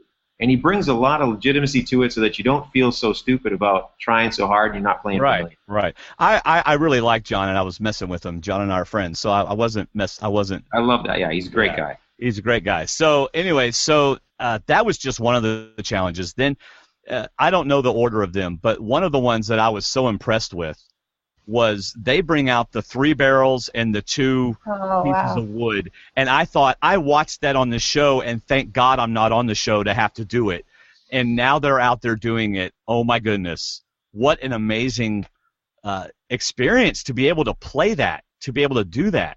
And that's why the crazy thing is after 3 or 4 days, I genuinely feel like I made friends for life because you're doing this thing that seems crazy to do.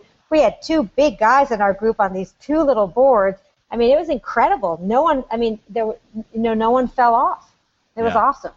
It was tough. That's we had done something like that with ours, and it was all about keeping your wits about you. I'm surprised that nobody fell off. Did nobody fall off on any of the teams? But one team kind of lost it for themselves at the end, but they were super heavy. Those things were. I think there was 150-pound or 200-pound barrels. Those were really, really heavy. I can't believe that the purple team actually made it to the end and had to go all the way back and almost made it back in again. That was exhausting. That was an exhausting challenge. Yeah. You know how I said this wasn't your summer camp games. This is an hour-long challenge, y'all. This thing, I don't know if it was that long, but it took a long time. Yeah. And because it's a legit challenge. What I thought was funny was I would be, and I know y'all didn't hear any of this, but I would be sitting around some of the dream team that played all of the challenges the weekend before, and they'd be like, oh, well, they need to be doing this. Whenever we did it, we just flipped them over, and it was a lot quicker. They need to be doing that. It was quite funny listening to the dream team. Yeah. It was worth it. So what were some other favorite challenges from that Friday? Well, I'll tell you, the hardest one. The hardest one was the one with the weights with the ropes were all attached running. Yeah. I am 5 feet tall and not very big, and I'm running with that was for me the most physically challenging of the whole weekend. Oh, absolutely. Dangerous. Absolutely. And the most dangerous.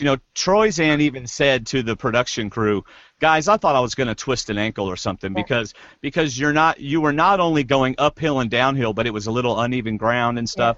I think they're going to redo that one if they do it again.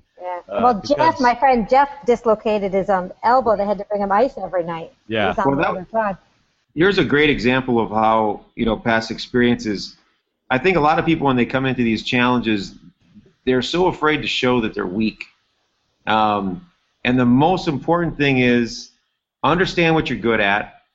Don't overextend yourself, because what you could do is end up taking on the team. So Nina, she's not weak, but those things were heavy.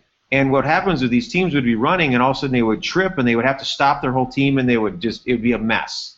So, our thing was, as soon as you got a ditch, yell ditch, we stop, you throw them on my shoulders, and we keep on going.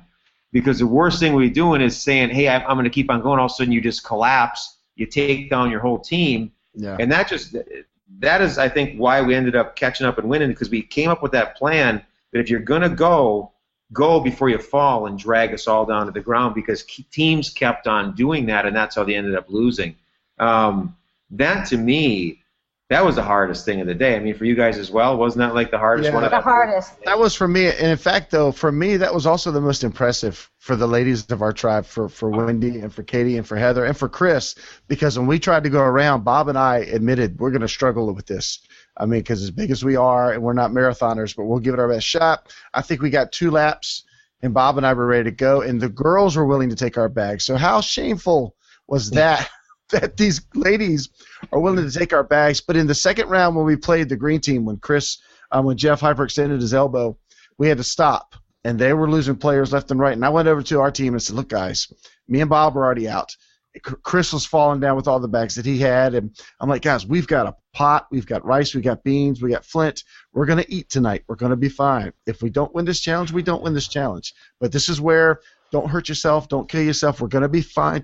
Here I was thinking we're going to be fine tonight. We got all that we need. So I didn't want them to feel like they had to win 3rd place. If we get 4th place in one, we get 4th place. And it's like, to me, it was a coming together for the team. And as it worked out, the green forfeited because they were just out of bodies. They ran, and it worked out in our favor. But to me, that was a moment that I thought we got to come back together, because me and Bob have put these 4 people in a bad situation, because we've already dropped out, and it's going to be bad. So I wanted to say something. Yeah, and I was personally proud of myself, because I never fell or anything. Yeah, I was literally winded from the first second of that. It was like the hardest thing physically I did all weekend. Yeah, that was very. When we caught up with our final team, I don't think I could have made it another half lap around. Right. It was very grueling. I was really spent. That was a great challenge, though. I can speak from. Oh wait, no, I didn't have to play it. I was up there eating a donut. Sorry. Yeah. So part of the highlight for that day, for the Friday for me, besides, oh man, they had this amazing breakfast pizza with scrambled eggs and ham and stuff, and I ate really well. So anyway, one of the highlights of the day for me, though, is watching my best friend David throw a ball over Troy Zan's head. Oh yeah, that was the awesome. Goal and scoring. I was like, way to go, David. And Joel, you even tried to psych him out by hitting him on the butt. Well, he's got a cute butt. Yeah. I think we should have just kept on just running off the end of the dock. For me, I had a little bit more of a flow to that, but yeah, y'all were hitting the rim, and I was getting very worried about that, because Chris was trying his best to block it, and you guys were getting closer and closer. I wasn't getting near the rim with the jump. Once we stopped at the end of the pier, I was dead on, but man, you keep making me jump, I'm going to have problems. Well, that worked out. I thought it was awesome. David had his moment. Hey, that was a great win. That was such a great win. That was our first win that day. Keep your sandbags in your barrels. Just give me a ball and let me throw it at something. That's all I want to do. Really, Joel, I think your butt slap is what inspired him to greatness. Possibly. I hear that a lot. Usually really do. Sexual harassment. And you know what thing I have found about watching Survivor, even on the regular show and even out here at the Durham Warriors Survival Challenge, it's like being in the hospital. You start just not caring what you look like or what you're wearing. Yeah, I've got my shirt off out here, people. I mean, I don't even walk in the front yard of the house with my shirt off. Yeah. And now I'm out here in the middle of 200 people with cameras. There's pictures of me all over the internet. You just forget. You don't even care. I've never seen so many sport bras and men's long underwear down to their, Trust me, I told Dwaine, I said, you will not see me without a shirt. Yeah, but when we got to that cart challenge, I said, you know what? I'm tired of sleeping in a wet shirt. I can't sleep in another wet shirt. My feet are frozen, about to fall off. Shirt's got to come off. As soon as we get out of the water, where's that shirt, please? Yeah. Let's not forget that the very first Thursday night with the rafting challenge that we did, we were drenched within 10 minutes, and we didn't know how long it took, but they told us afterwards it took us 2 hours. We were the losing group, and I think it took them maybe an hour 40. But we were soaked all night long, even with the big bonfire. My sneakers were still wet the next day. Yeah, we were fully clothed when they told us to jump on the barge. We didn't have any chance to change or do anything. Yeah.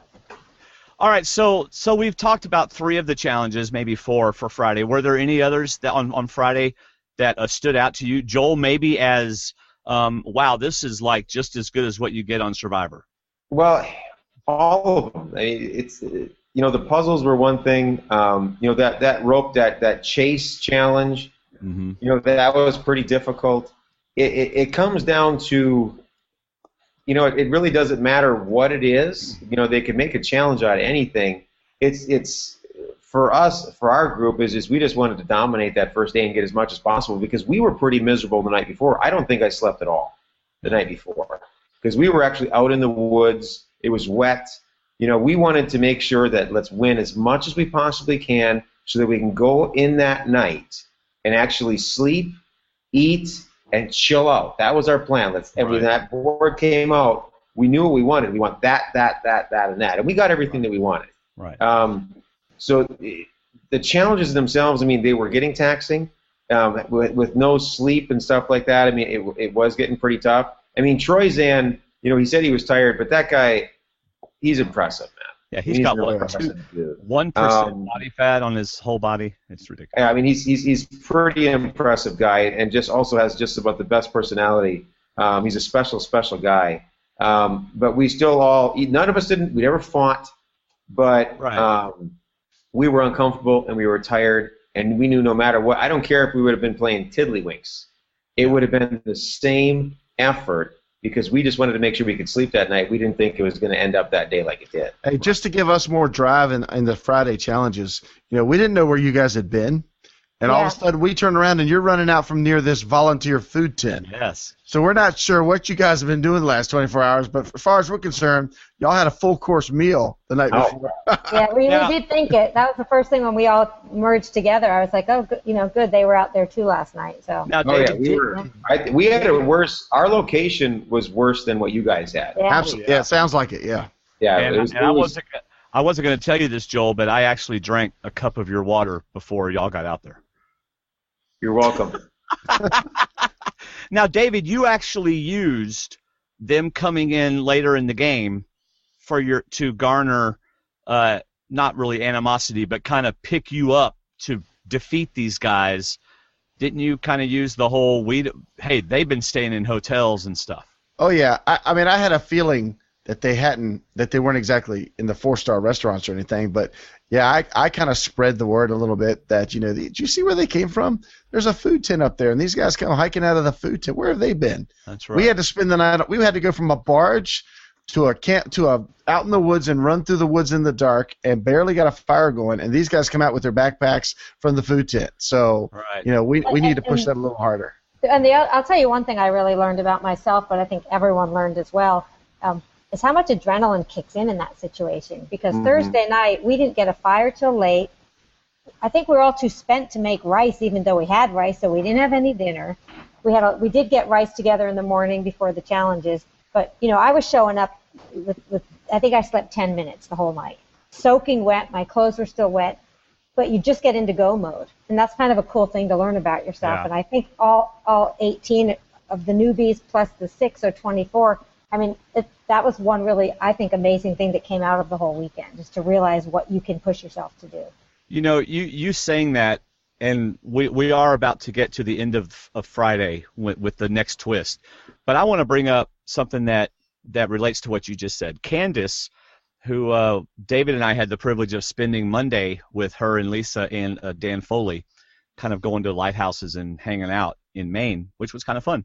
But Candace, from the day she came on that Thursday to when the game was over, it's like there was a part of her that she didn't even know existed that arose, and she's like a different person. I mean, it was amazing, and she just said it just freed her so much. It was really cool that this experience really can change your life. Well, the crazy thing is that I think from Kristen, who was the first out, to me, who won, I think we all left feeling that way. And Right. we've had so much chatter back and forth with each other. It was, you can imagine being together for 39 days. There's a genuine bond between us all after 4 days. Right. A genuine one. All right, so I agree with that. go ahead, Joel. I'm sorry. Yes. All right, so the end of Friday, they're all thinking, and I know David was, because David was not very happy with this at all. At the end of Friday, they're all thinking, great, we get to go back with our tribe, we get to take the spoils of our day, right? And keep in mind, they've been fighting all day long to win all of these rewards. Yep. And we had rice and beans. I was so excited for rice and beans. And worst case, we would get 1 or 2 survivors with us. That was the worst case scenario we were thinking. Right. They'd split 'em So up. Andy Baker and the production crew decide they're going to do a tribe swap. And not only are they going to do a tribe swap, they're going to get the 4 tribes down to 3.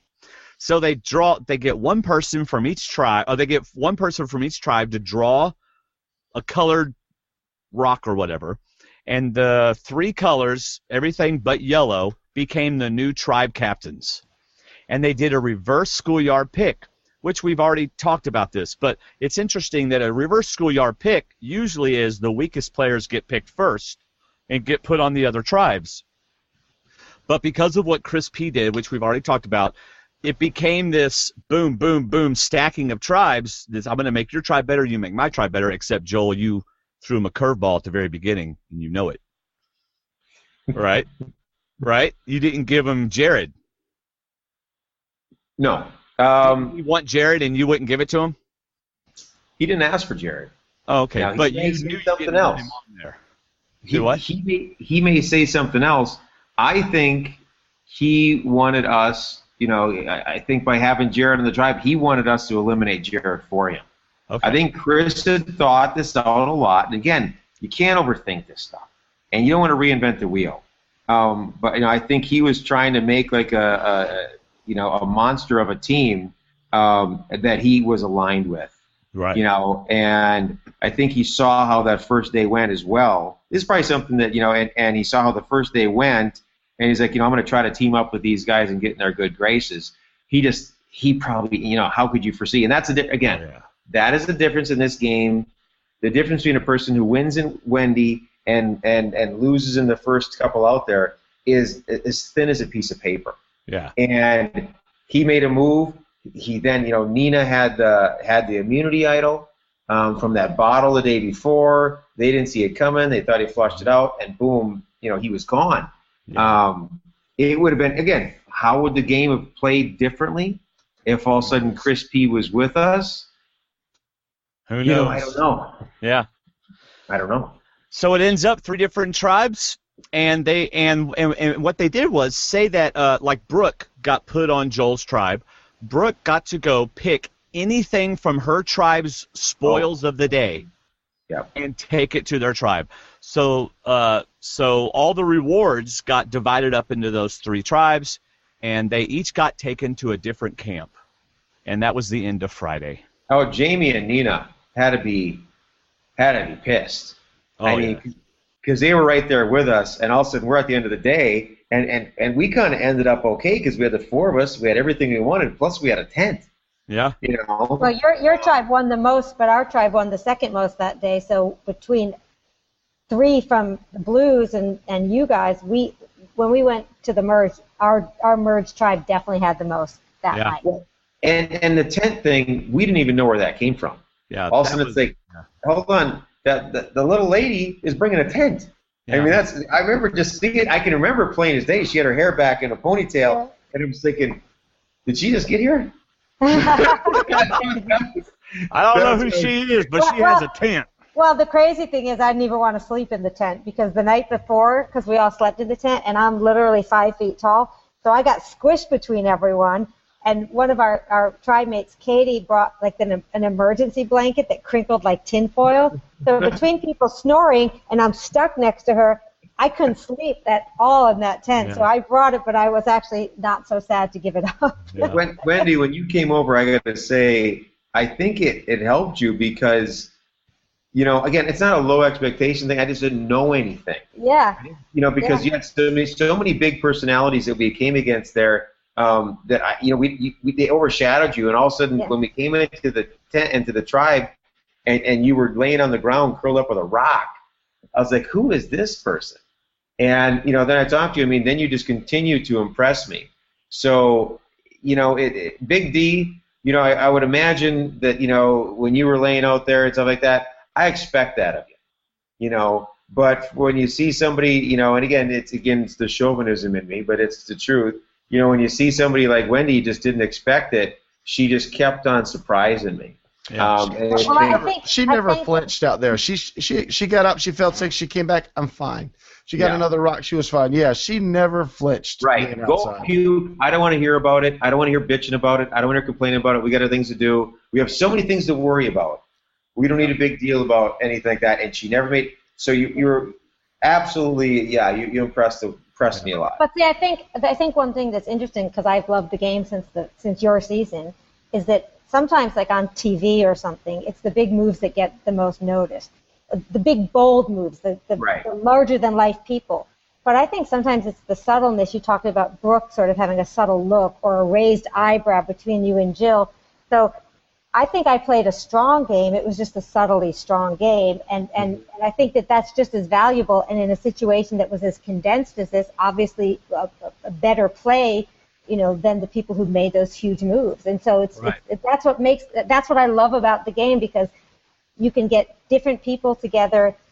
Every time it's a different dynamic. Every time the little person can be successful, or the great boisterous one can be, and it's just, you know. See, now talking about the tent, and I got a ration from Dwaine after I got knocked out. He said, why did you let them sleep in the tent with Matt? You let those 4 people already together go in there with the one guy by himself. And I said, well, you know what? How awkward would it have been if I had gone in there and sat between all of them? I said, don't talk, because I'm here. Big But D. What I would have said is, I would have talked your face off while we separated Matt out. The 4 of us never sat in that tent and talked to Matt. You know, that's not how it works. Now, if it's your first time going through it, we went in the tent. We had the doctor take him outside the tent and go away to make sure that nobody could see that. That's when it all took place. And these conversations only took place a minute, 2 minutes. Right. They're quick. Because I told Dwaine, I said, one of the first things I heard was, Matt, tell us about your tribe. So while y'all had Matt to yourselves and Matt was in Survivor Heaven with 4 survivors, Wendy and I were out there mumbling back and forth, and that's when we were going over the numbers and saying, look, we got to sell them on the fact that we can get them 1 or 2, we can get Heather and Chris and Katie, or 1 or both or 3, and we can help them knock out the rest of these people. That's what we got to sell. And Wendy's just nodding, she's agreeing. And then we break up, and then we lay down for a while, and then we'd come back and talk about something else again. But yeah, so that's what we were weighing on the same thing. I wasn't worried because I knew y'all were going to talk to Matt. I'm like, they can have the time all they want. We had the tent last night. I wasn't too excited about going back in it either. We never put any stock that you guys were going to flip anybody to us. You know, I didn't think so. Because you wouldn't. You know, right.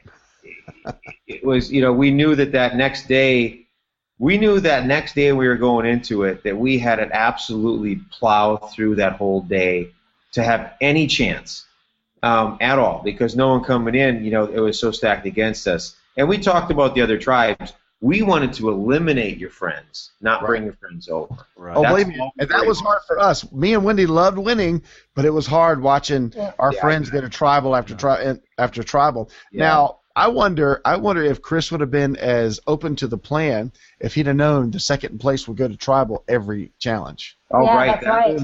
That was a big. We figured that a little bit. We're thinking, okay, maybe we'll have to get rid of 2 people per, and then we started thinking, you know, there may be just eliminations, like the last person done with something, like there won't even be a vote. All sorts of things are going to get thrown in there. So, you know, we were like, we can plan a lot, but we'll have to stay fluid and have to stay smart. And even with when flipping Wendy and stuff like that, you start flipping people over, all of a sudden the person that you're aligned with over here could come in last in a challenge. There was way too many things out there. So for when they say, Wendy, why didn't you flip against the survivors? Well, because something could have happened. I mean, Wendy, and it would have with the food challenge. Right. I mean, things could have happened, and all of a sudden, like, right, the food challenge, and also, let's say, like, the last person finished with the food challenge is gone without a vote, and that was the person that Wendy had planned on being with, and all of a sudden Wendy's on the outs. Yeah, it's exactly. It's always safer to make a plan and stick with the plan. You can look back, but if you at least that you didn't just start running around being a nut. And look at the first show. Look what Jenna did after the merge. Look what Greg did after the merge. Everybody was running around. Everybody used him for something. You just had to kind of keep yourself together and make a plan and work that plan and stick to the plan. I was gonna talk about something. You were talking about y'all were in the tent. Matt was in heaven. He was in heaven. Wendy and David were in heaven because they got to sleep. And Bob was in heaven because he got to build the biggest fire of his entire life. Yeah, he did. He did. He basically cleared out an acre of land. Right. we went through a lot of wood those nights. We had an awesome fire. Yeah. I walked down to camp and there was a 10-foot tree trunk in the fire. Right. Literally a 10-foot tree trunk in the fire. See, that was another thing, too. When we got back to camp that Friday night, I was beat. I was done. I was ready. And all of a sudden, these 4 stinking survivors get on this second, fourth gear they have and go start collecting everything that's not planted. And I'm like, well, I can't sit here and let them collect everything. I gotta go collect something. I was like, okay, I'm with you. I'm trying to keep up with Brooke, and she's picking up this and picking up that. I'm like, yep, that's part of the game. I don't want to be sitting there and give them a reason. Meanwhile, that's the truth. When we first got. Go ahead, Joel. I'm sorry. When we first got back to that camp, and that is something that you just can't get back there and celebrate because it's going to get cold, and let's do our thing now while we had a chance. And we did have a lot that night, and you guys really did step it up. We didn't have anybody that sucked. Right. That is the truth. Yeah. So you had some that wanted to. Yeah, but you guys were whoever was left there with us, whoever was on our tribe, we were lucky. Maybe it wouldn't have been the same if it wasn't the 4 of us being the domineering individuals that we are, or maybe there would have been a little bit of more, I'm going to do my own thing. But it didn't really strike me that you, Wendy, Bob, and Matt were those kind of people. Right. So you guys, you guys are right there with us. So you did a pretty good job. Well, I was pretty confident. When we first merged, I was disappointed. It ended up obviously working in my favor, but I had, you want to spend the night with the people you just did that whole Friday's worth of challenges with. And we had gotten a fire together at lunchtime. I was pretty confident that the 6 of us would have gone back and actually been much more successful than the 18 of us had been the night before, just because we had worked well together, I think. Now, meanwhile, y'all were having a blast, sleeping, making fire, having fun with Dan Foley whenever he came by. And the other 2 tribes, and I know this because me and Big Mike and Andy Baker and a whole entourage of onlookers the second night of confessionals. By the way, Big Mike is watching and he says hello. Hi, Big Mike. I had a blast getting to know Big Mike. I don't know if he enjoyed getting to know me as much as I enjoyed getting to know him, but Big Mike, I know you're listening. It was a pleasure. And I hope we're friends for life. It was a great pleasure getting to meet you. So anyway, we go to the other camps, and they're all like, oh, the other tribe has 4 survivors on it. What was Crispy thinking? I mean, the whole dynamic of the other tribes was so different than your tribe on that Friday night. And I know because we did confessionals for 6 hours. Wow. Were their spirits low, or what was being said? Well, some of their spirits were low. Like the one tribe that had no survivors on it. They was such a hodgepodge of people, and they didn't know who to trust, and they didn't really have a cohesive group in right. that one. The other one had a little more. The one with Nina and Jamie and Candace and Lisa and Carl, and that group seemed a little more cohesive. But they all, at least the impression I got was they all figured, wow, tomorrow we're going to have, we're going to lose some people tomorrow. Maybe not as many as they did lose. But let me get this straight. We had Jamie and Nina and Chris P. and Carl on the same team? Yes. And Lisa. Well, I don't know what they're complaining about. Lisa and Candace. And Tina. Yeah. Tina. Yeah, Tina. Right. And, so you had Lisa, too. So you had Lisa, Carl. Well, that was the other stacked Jamie. tribe. That was a stacked tribe. And Right. there's a perfect example of you start getting too silly and worried about who you're going to get rid of instead of making a plan for your time, plan for your challenges, and planning to win. In the end, Lisa comes across that merge. No Jamie, no Nina, no Chris P, no Carl. You already lost. You couldn't have made a move. That was the mistake. And a lot of people come in these things and they start wanting to, let's eliminate this. But sure, great, let's get rid of every good player you got and then be imagined. Boy, geez, imagine why I can't put a plan together to maybe kind of make a final run to win. I think all those people, but a lot of the people that were in that group were the same people I told you about Thursday night at the campground, that I'm sitting there watching them saying they're going to crash and burn because they're trying to play it. You could tell already they were vying for that. They were already thinking individual, I guess is how I'd say it. I want to be a big player. I want it to be known that I'm going to be a player and I'm going to make big moves, and you don't do that on the first night. And then you don't do that, right? You do not start making your big moves until you get farther into the game. And again, I've had many years to sit there and bang my 15 years worth after playing the game to bang my head on the wall and mistakes and stuff like that. And they make these mistakes. Now all they can do, like Lisa, she was a formidable individual. But as soon as they got rid of Carl, Carl wasn't just strong. The dude's really smart. And he's level-headed. And he was the leader of the group. And if he would have come over, if Carl would have made it past that merge, we would have had a real problem. Yeah. See, all right, we were sitting at our lockdown spot. We were sitting just close enough to hear. We heard Nina's blind side of Chris, and we heard Carl go. And I was sitting with Troyzan a lot, and he's looking at me like, "What are they doing?" Yeah. And we were starting to count up the names and the bodies, and we're thinking, is it a girls' alliance? Are they getting rid of the guys? Because I could tell that Chris and Heather were sticking together. They were doing everything they could to stay together, and those two made it to the end. But what were they supposed to do? I was only guessing that they were thinking post-merge. They didn't want to face Carl in the merge. They didn't want to face, Jared in the merge. And that's the only thing I could imagine. But you said you got to keep a plan together when you're dwindling down to 2 or 3 people. What kind of plan are you putting together when you got your survivors to face? Let me see this. So you can only have 4 survivors. There's only 4 of us. They still had Bob over there. They still had these other people over there. So you're worried about the people on your tribe you're going to compete against? You had 4 people over there that were ready to rip your face off. Mm-hmm. Worry about them. Take these people with you across that merge. And, Carl was the one that scared me the most. Yeah, he's very smart. Very articulate. All right, smart. So I was watching them from the outside, okay? But I have some inside information. So Lisa and Candace and Tina are not responsible for Chris P going. That is Nina and Jamie. Sure. Obviously they were going to vote out Jamie first, Jamie or Nina first, and Jamie. Why? Because they were survivors and they didn't want them to win. But why didn't they split the vote? No one thought to split the vote for Nina. That I do not know. Forget splitting the vote.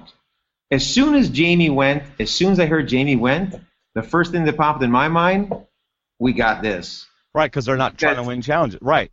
Keep Jamie, win challenges, get rid of Nina. But you got your finish lines. You got your finish line. Get as many good players that you can trust over that finish line, and then see what you can do. Right away, the first person you get rid of, Jamie's stronger than me. Right. Physically. He's younger, stronger. He might not have been totally into it in some aspects of it, but I'm like, wow, that's the first dude you got rid of? Yeah. Somebody that maybe could kind of throw this or hold this thing together. it was just too much of the big moves too fast, and that's just, you see that a lot. But I was, when you see the people that are the students of the game, they're only seeing the big lights. They're not seeing the small things. They did all the heavy lifting for us. Right. So I like what you said earlier. You said your big move was the 20 moves. I like that. Yeah. That's a nice analogy. I like that. So I don't think they realized that Nina and Jamie had a clue. I mean, had an idol. All right. Well, they didn't have a clue. They just had an idol. Well, that's what I changed it to. I'm sorry. I don't think they realized it, and Jamie and Nina. Jamie tried to get them to vote for him first because, and this is a testament to Jamie, he wanted Nina to have more of the experience. Because, listen, y'all, Nina told me and told several others, this is the experience she was hoping for on the CBS show. She got on this show. I mean, not on this show, but but she got at the Durham Warriors Survival Challenge. For me as well. Awesome. For me as well. And Jamie wanted her to experience that even longer. And so what they did was Jamie got the whole tribe mad at him. He said horrible things. I have it on video. He said horrible things, got the whole tribe mad at him, and trying to get them to vote for him so he could keep Nina. And they did not play the idol. So the tribe didn't think they had an idol. And then the next time they went to tribal council, again, they're wanting to get rid of survivors so that y'all don't join up after the merge. And so they put all their votes on Nina, not realizing that Nina has the idol, and Nina got out crispy. I wish I saw that tribal council, actually. That must have been quite a move. That must have been quite a move.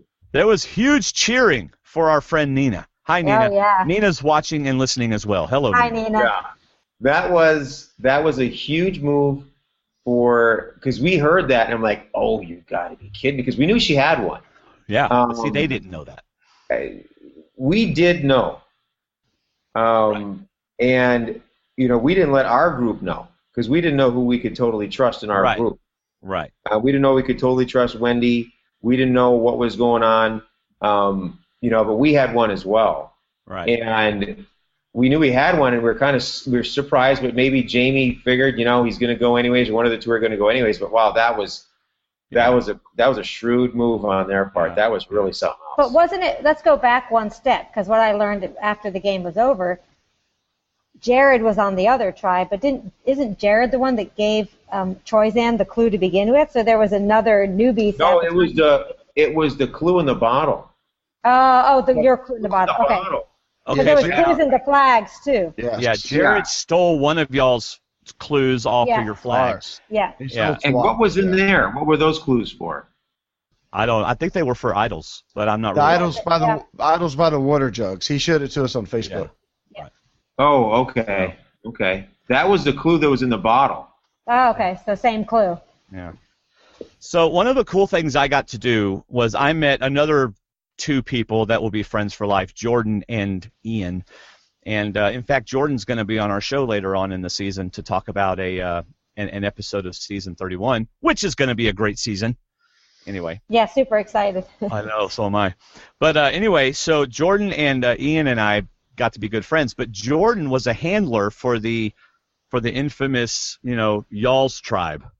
So on Saturday, Jordan and I would kind of talk about what y'all were talking about, and it was such fun. And then one time David goes to the porta potty, and he goes, I don't even remember what I was so excited about, so tell me what I was so excited about. So excited. He comes up to the porta potty, he goes, cameraman, because as God is my witness, I did not show David any deference. He was not my best friend when he was in the game. All right, now once he was out of the game, he was, but during the game, poor guy.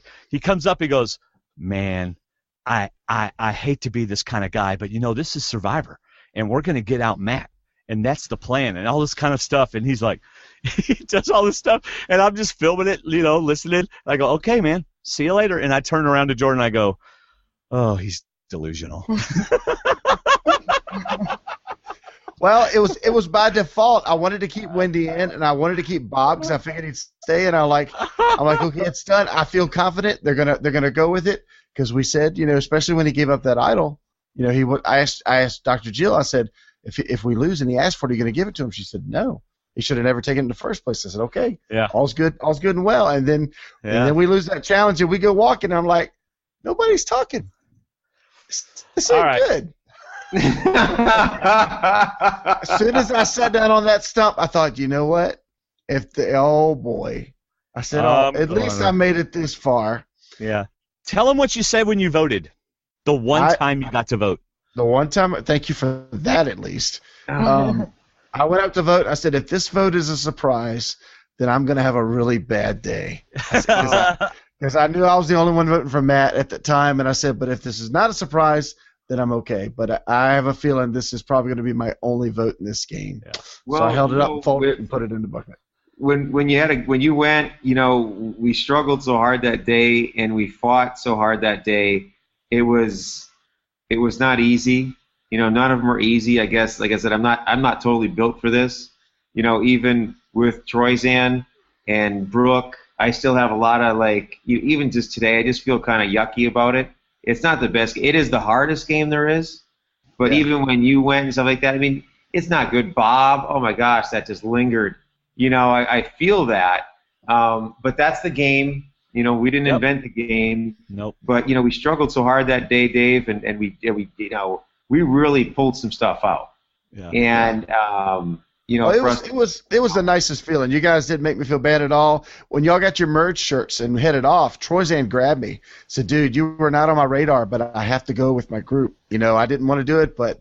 He said, I appreciate playing with you, man, but we couldn't let you stay in the game. I mean, it was the nicest feeling that you guys made me feel that way. So even if it's not true, we cared. Nice to say. Well, that's the hardest thing about the game because you're truly surviving with people, so you have to rely on each other, like physically, mentally, and emotionally when you're sleeping on dirt and you're wet. And then you have to get rid of everyone. It's crazy, but it's what's made it around for the last 16 years. So that night, y'all got to go back to camp. I guess you had rice or something. I'm not even sure. I went back to Bob Crowley's house and had lobster. But, Nice. And I'm going to tell you something, man. I've never had as good a corn on the cob as I had in Maine. Oh, it's delicious, and the lobster was the best. Oh, my goodness, corn on the It cob. was pretty good. And when I was growing up, we would get butter and we'd put it on the bread and we'd roll the, corn on the bread on the butter. Here, Peggy Crowley, just nicest woman you've ever met in your whole life, and I get my ear of corn, and I was gonna put it on my plate, and she goes, "Oh no, you got to get butter on it." There's this big old stick of butter on the table, and she goes, "Get that thing in there really good." So anyway, so Sunday, y'all want to say anything about Sunday? Sunday's the last day. That's whenever. Sunday they had that breakfast pizza again. It wasn't bad. It was pretty good for us. I was spent, and again, all that pre-work. What are the moves? And and I had to keep in my mind. The hardest thing for me to keep in my mind was that I did all my physical work on Saturday. All my physical work was done, and not to sit there and try to push it as far as I did all day Sunday was my hardest thing not to do. Falling into that water and just getting out. Not standing there with that ball forever, because we had our numbers.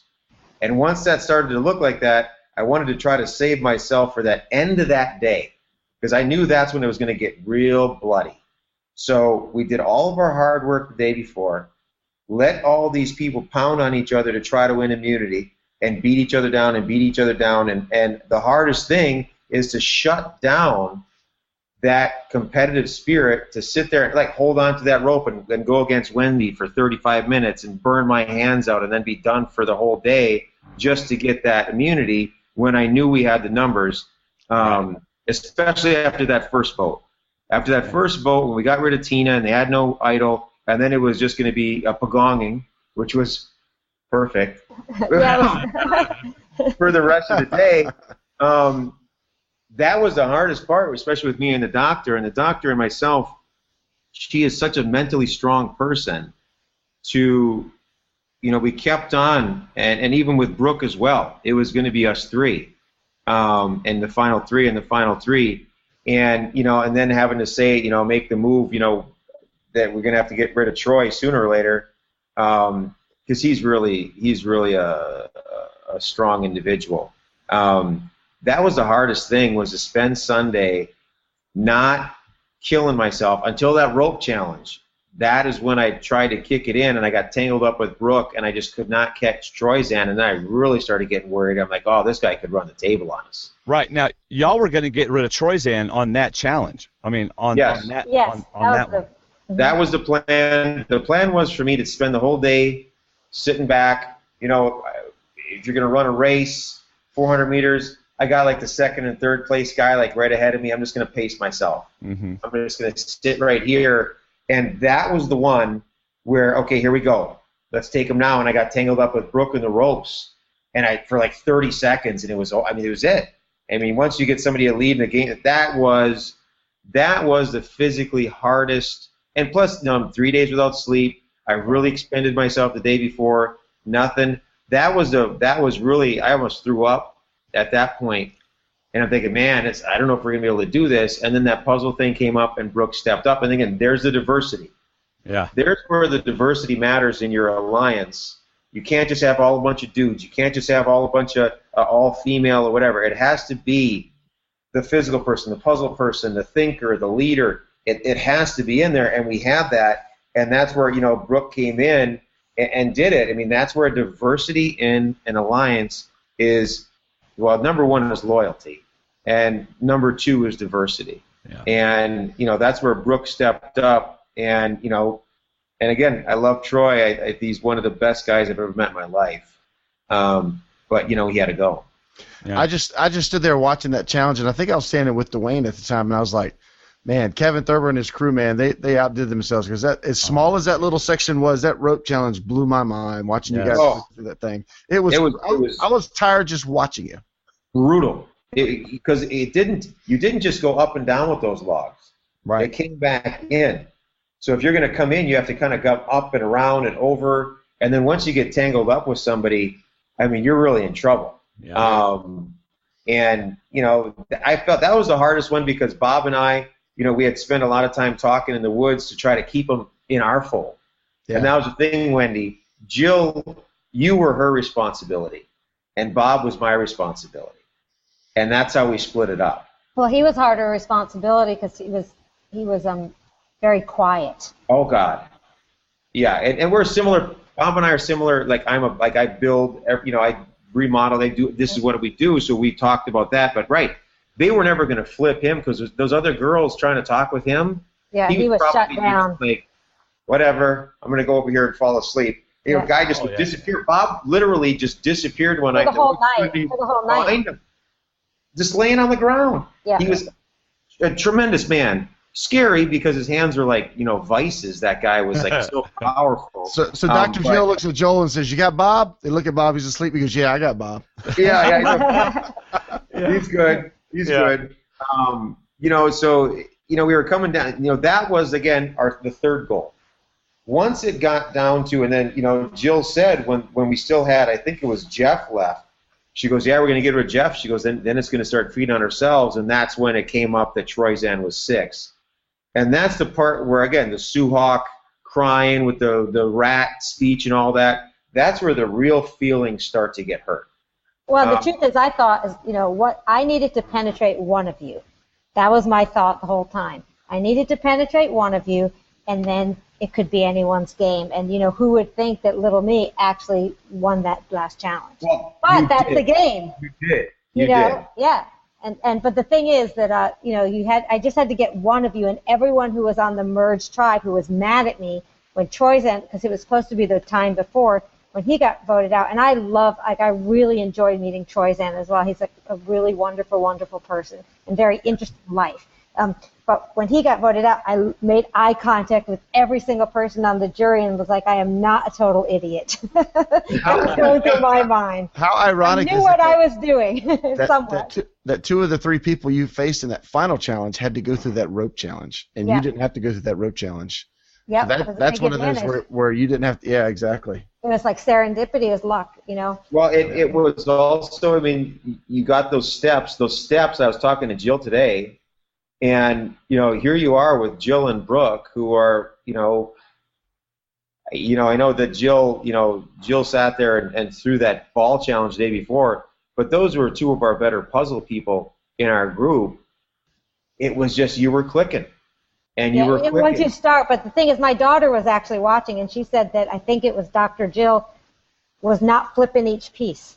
There were 2 ways each piece could fit. Yeah, each piece had to be flipped. Yeah, you had to try it 2 ways. I didn't know that. But each piece you had to try 4. You had 2 pieces. There was 4 ways to try them on each rung. Yeah, and that was the thing. Once because you had to do 1, 2, then the other side 1, 2 before you do that for sure wasn't in there. And if she was only doing 1, she'd have been there all day long. Right. Right. And you dominated on that, and as soon as you won that was ball game. Yeah. I didn't know for sure, to be honest, because I thought the people the newbies were desperate to get you guys gone. But they were so mad that I ended up doing it alone that I didn't know I was not 100% sure that they would vote for me, because I thought. Oh my God. But they did. That's why I told you to stay up there. That's why I said stay up there on the top of the thing and take a bow, because you just won this thing. Yeah. To me, that was over. And when I did my little, the fire. So I walked up to them. I don't know if you guys caught that, but they were going to talk about having an all-girls alliance, and I was so physically spent, even from the rope challenge from the day before. I was so physically done. I walked up to him and I said, you guys just take it, and I really did mean that. Yeah, you did mean it. And it was Jill, who was she's so, extreme in her integrity. She's cerebral, though, but she's always thinking something else. But she's got integrity. Yes. And she promised that she would never write my name down. She goes, I'm never going to write your name down now. And between then and when we walked up to vote, I was like, okay, how are we going to do this? And I said, okay, I'll vote first, and I'll wait for Wendy to get up and go, because I knew she was going to write my name down. And when you went up, I looked at the host guy, and I said, what's a tiebreaker? And he kind of was like, and Brooke looked up like, what are you, son of a bitch? What are you doing? And I'm like, let's make it interesting. And so then that's when I was like, okay, here we go. And then when you sat down and I asked you, who did you vote for? And you go, you. And I'm like, okay, then. Well, I think there was a lot of complaint I heard because when we came back to our holding area, I did hear that comment when Bob got out. Someone screamed, I don't even want to watch this anymore. So I think from that time, and then Troy went, and then I won a challenge, and then the tiebreaker. So I hope for everyone else it was as exciting an ending as it was for me. When I heard that, when somebody said that, that was also a big thing for me. Is like, we can't be that big of jerks right now, because we did kind of push it with messing with Chris and just being survivors, bending the rules and pushing the rules, because that's what survivors do. Right. We're jerks. We bend the rules. If you put a rule out there, we're going to break it. And I thought, we could push this and just. Brooke did win that, and keep Troy's in there and have an all-Survivor Final Four. That wouldn't be any good. That wouldn't be any good. And I think the crowd would have not liked that, because we all did hear that. We all could feel that. We could all feel that when Bob went, people really didn't like, gosh, Matt, they booed us, for goodness sake. Well, and we all heard that. And Jill, I heard her say a few times, oh, they really don't like me. And it doesn't matter what brought you into the game. We're all people, and, your feelings get hurt, when you're trying to just do your best. I think in the end, everyone was so appreciative that it was a real game that we played. And a huge part of that was you guys not, making it easy. Yeah, we didn't throw that last challenge when you beat us. You just beat us. Little shit. I'm like, I can't believe. When I showed up the first day, I thought I just have to get through tonight. It's like 1 minute at a time. I don't have to think about the challenges because they won't start till tomorrow. And how empowering to do that. It's awesome. And as impactful as it was for the people that were playing against us, the 4 of us, again, really all 6 of us that played together. I haven't had a chance to talk with Nina much about it, or Jamie much about it, but the 4 of us that played together, it was a very impactful experience. And it's something that it was definitely one of my favorite weekends ever. And I've done, since our show years and years ago, some pretty large events. Yeah. and I would put this right up there in my top 5 things I've ever done. That's yeah, awesome. me too. I mean, I left feeling like, is it crazy to say this is like? I mean, I travel all over the world. I scuba dive. I do a lot of adventures, personal things, and I left feeling like this was like the best weekend of my life, and I truly felt it. Yeah, I mean, where else are we going to build something, and we're going to compete, and we're going to compete until we're ready to throw up. Yep. And we do throw up and compete some more. Yes, right, absolutely. You know, I would honestly think, and now, again, I didn't play, and but y'all can tell me if I'm right or if I'm wrong. If you're trying to get on the show Survivor, you would do well to apply for the Durham Warriors Survival Challenge and play it, because I think that anybody that plays in that game will have an advantage going into the show Survivor. If you played the Durham Challenge like the previous seasons, maybe not. If you were in there with us this time, and you were actually like Dave and Bob and Wendy, where you were actually with us those days, and you watch how we reconstructed it, and you watch how you put a plan together, and you watch how you execute, that's just because we've been through it, and now you've been through it. So if you were going to do it, that's how you do it. I think I need to get a video together. I've never applied. Maybe I'll apply. Yeah, I mean, there you go. You know exactly how to do it. I mean, you are, you know, it's all crammed in there. Everything else past this is where the starvation gets pretty heavy duty. Right. You know, you get about 6-7 days. I mean, I was only 18 days, but we were really, really starving that first time. But you start to get in about 5 or 6 days in and not eating. Now you get into a situation where that brings another level to it. That's something that was probably missing here. Right. There was no fear of starvation. Right. And also water you needed, insects. And you had you know, pit vipers, stuff like that. You know, that comes into play. I don't know if it's so much nowadays, but with ours, I mean, it was truly to the point of, you know, it was deadly situations. And also, you know, you're going to have a whole group. You know, there was 4 of us that you were playing with this time, Wendy, but those people making those pot shots at you around the camp, you're not going to have that rookie stuff generally go on so much. It's going to be far more devious. But you'd be fine. You, Wendy, the way you handled yourself, you were, you had it together. Yeah. I think if you, even just for this game, which was such a wonderful experience, you have to have a strong sense of self to survive all of that, I think. Yeah. Yes. Yes. So that's the Durham Warriors Survival Challenge. We've spent a good 2.5 hours talking about it, and I think it was great. It was awesome. David and I are definitely going to be promoting it for this coming year. I believe you can go. David, do you know their website? I think it's DWSC.com. Yeah, well, just look it up, Durham Warriors or the Wounded Warriors. It's all for a good cause. The winner doesn't win any money. She wins an amazing lobster or crab or whatever it is. There, she's showing it right there. It wouldn't have mattered if we didn't. It wouldn't have mattered if we didn't win anything, right? I mean, because we would have all fought the same. Can I just say one thing in closing for me? Absolutely. At the end, when we had the big lobster feast, and all of us who played, they let us cut the line. So the woman that I was standing next to, I forget her first name, lovely woman, and she told me she's the poster child for the Durham Warriors project, and that she was the first person to stay in the yurts as part of this nonprofit. And she told me she was a Gulf War veteran. She never left her house. I think her family called and asked if she could come stay. She spent 3 days, 4 days, I forget how long, but she spent a few days in the yurts, and she brought tears to my eyes. She said it was life-changing.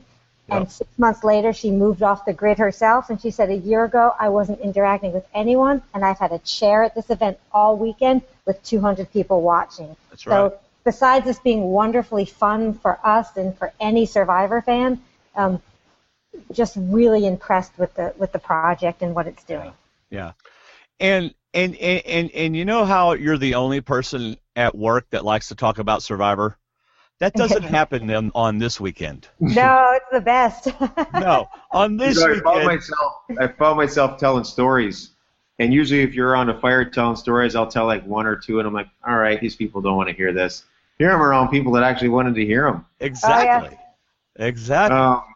And I couldn't have been, I did not know what to expect coming out here, and the people that I met, my teammates, even though we had to vote each other out in the end, are some of the best people I think I'm going to ever meet in my life. Yeah. And that goes for everybody that was out there, fighting along with us. It was absolutely wonderful, Dave, and Wendy. I never thought that we would have had the time that we had, but it was absolutely. It was outstanding. It was wonderful. A big shout out to the Crowleys. They open up their house, they open up their land, and they just really go all out. And so thank you to them. I hope Survivor Talk with D&D is going to be a huge promoter of the Durham Warrior Survival Challenge. So thank you, Wendy, and thank you, Joel, for coming on tonight.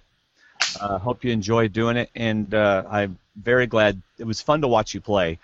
I know they're making a video of the event, so for those of you who are listening to this who were not there, David and I will make sure that whenever the videos are made available. They do have the previous first season and I think half of the second season up on YouTube, but this is something you're going to want to watch. So I encourage you to check it out, and of course to check out Bob Crowley's site. David, do you have anything else to say about the DWSC? Yeah. The official site is DurhamWarriorsChallenge.com. You can find everything on there. They'll be taking applications probably after the first of the year. So if you're interested, you need to apply. It's going to go quick, though. They get picky. I'll tell you, that's another thing we haven't mentioned. This cast of 18 people, not counting those people in gold shirts that came out of the Holiday Inn, but the 18 people that challenged were such a diverse cast, from L.A. to Arizona to Iowa to Utah to all the way from South Carolina up to Maine and New Hampshire. We covered a lot of area across the United States, and it was awesome. Yeah. Really, they did a great job picking out this cast. Yep. Oh, absolutely. Yeah, absolutely. And it's the people that you wouldn't expect. That little Lisa. First time I saw her, I was like, oh, she's a cute little person with ponytails. Super hard. Yeah, I mean, it's the people that you wouldn't expect. Yep. All right, y'all. If you need something else to listen to, go ahead. I'm sorry. What, Joel? No, I was saying just say thanks. Oh, absolutely. Yeah, thank you so much. If you need something else to listen to while you're mowing, grilling, or just not paying attention at work, we have two shows, Movie Talk with D&D and Survivor Talk with D&D. Our latest movie talk is Mission Impossible Rogue Nation. That was a fun one to go do. So we want to say thank you to our D&D patrons who support us monthly at patreon.com/survivortalk. And also those of you who shop Amazon using our links, thank you so much. Our website, as of this show, is down. I'm in the process of upgrading it and making it look amazing, but unfortunately we've had a lot of malware apparently, and we're having to get that fixed. So that'll be up soon. But when it is up, it's stwdd.com, survivortalkwithdnd.com. Join our Facebook group. Just look up Survivor Talk. So that's the show. Thank you, Joel. Thank you, Wendy, and thank you, David.